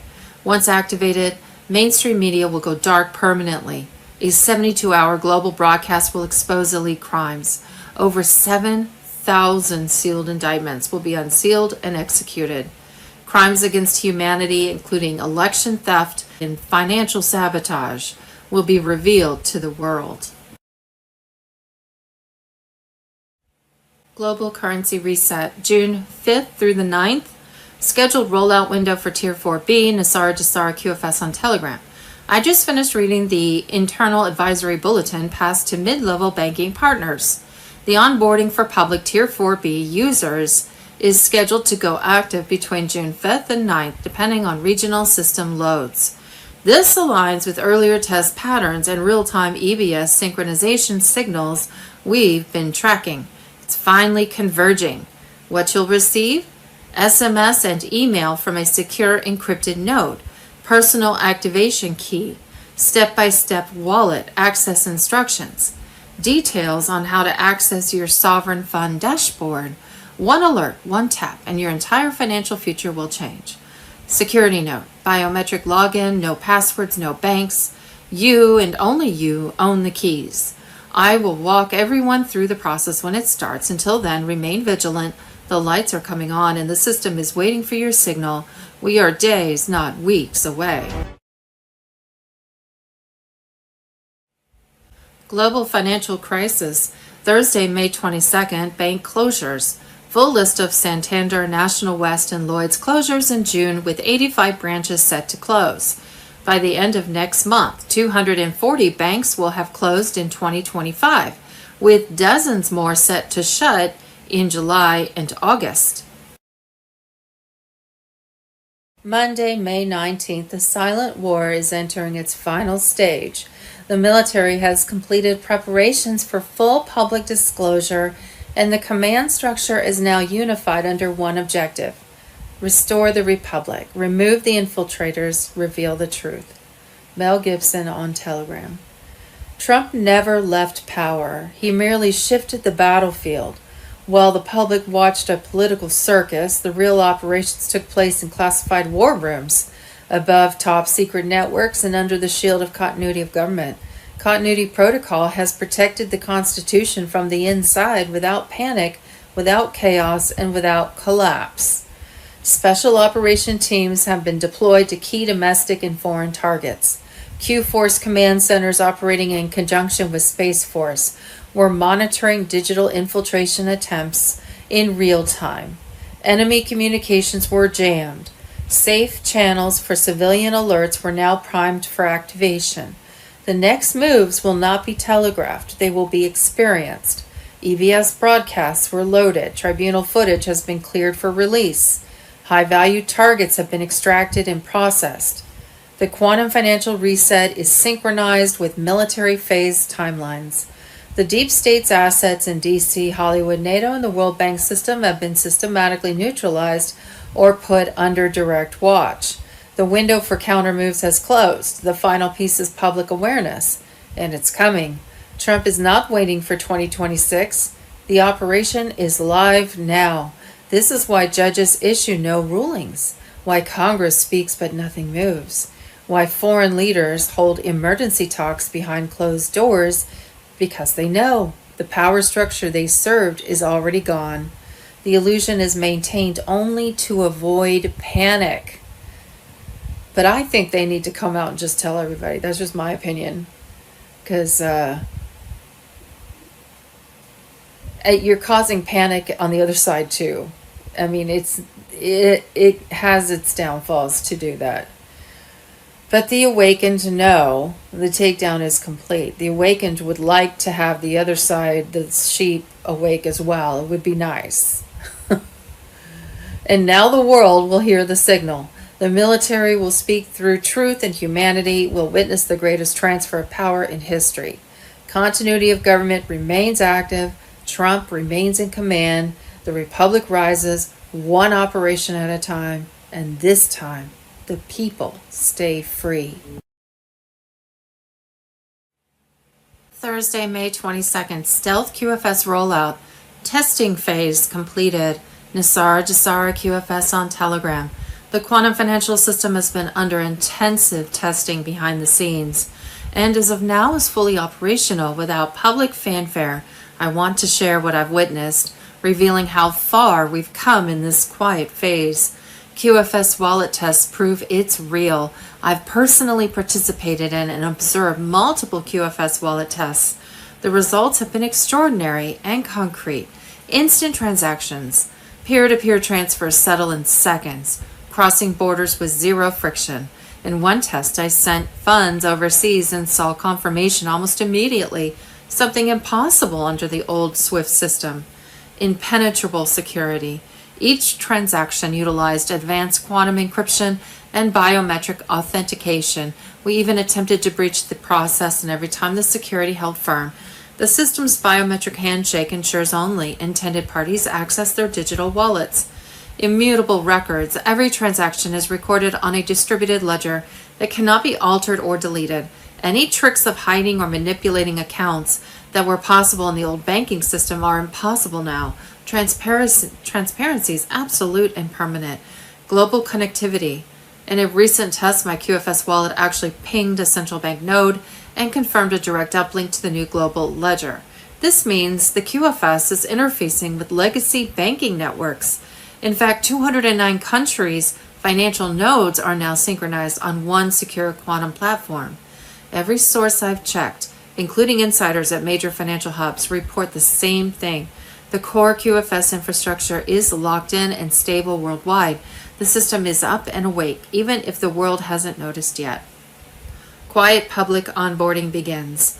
With the backbone proven stable, there's been a gradual, stealthy onboarding of the public. Starting in late May, select groups of everyday people have been invited to set up QFS-linked accounts as part of a controlled pilot program. Most don't even realize they're using the new system. It's being introduced subtly. Some banks have quietly updated their software to route certain transactions through the QFS for testing. A few customers have noticed faster transfers or glitches that were actually QFS transactions in action. A small number of folks received instructions to download a new digital wallet app under the guise of a beta financial service. These are real QFS wallets, and those users are now unknowingly transacting on the quantum system. There have been community training sessions run by insider volunteers under NDA, teaching people about asset-backed currency and how to use the new system, often framed as generic financial literacy workshops. This public onboarding has been kept extremely low-key. There's no fanfare or official announcements yet. Instead, it's a quiet transition where people are eased into the QFS experience. The goal is to have a core base of trained users ready so that when the switch flips, no one is caught off guard. Everything I've seen confirms that the QFS rollout is not just theory. It's happening step by step.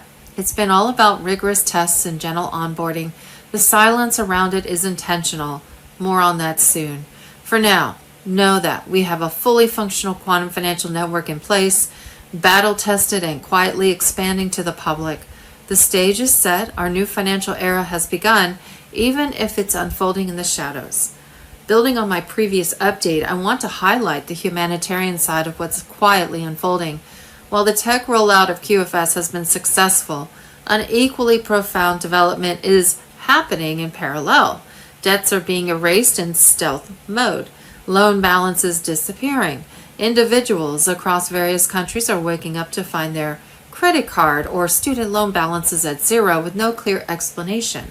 One contact called me, astonished that his longtime credit card debt was just gone. The bank simply adjusted it away without notice. Mortgage forgiveness. Homeowners are receiving letters about mortgage recalculations. In reality, chunks of their mortgage principal are being wiped. A friend's parents had their remaining home loan slashed by 50% overnight, labeled as a bank error resulting in an overpayment adjustment. Tax debt cancellations. Small business owners I know logged into their government portals and found past due taxes marked paid or forgiven unexpectedly. No announcement, just a quiet database update nullifying that debt. This is the beginning of NESARA's promise, canceling illegitimate debt instead of a big public decree. It's rolling out piecemeal, under the radar, to avoid chaos.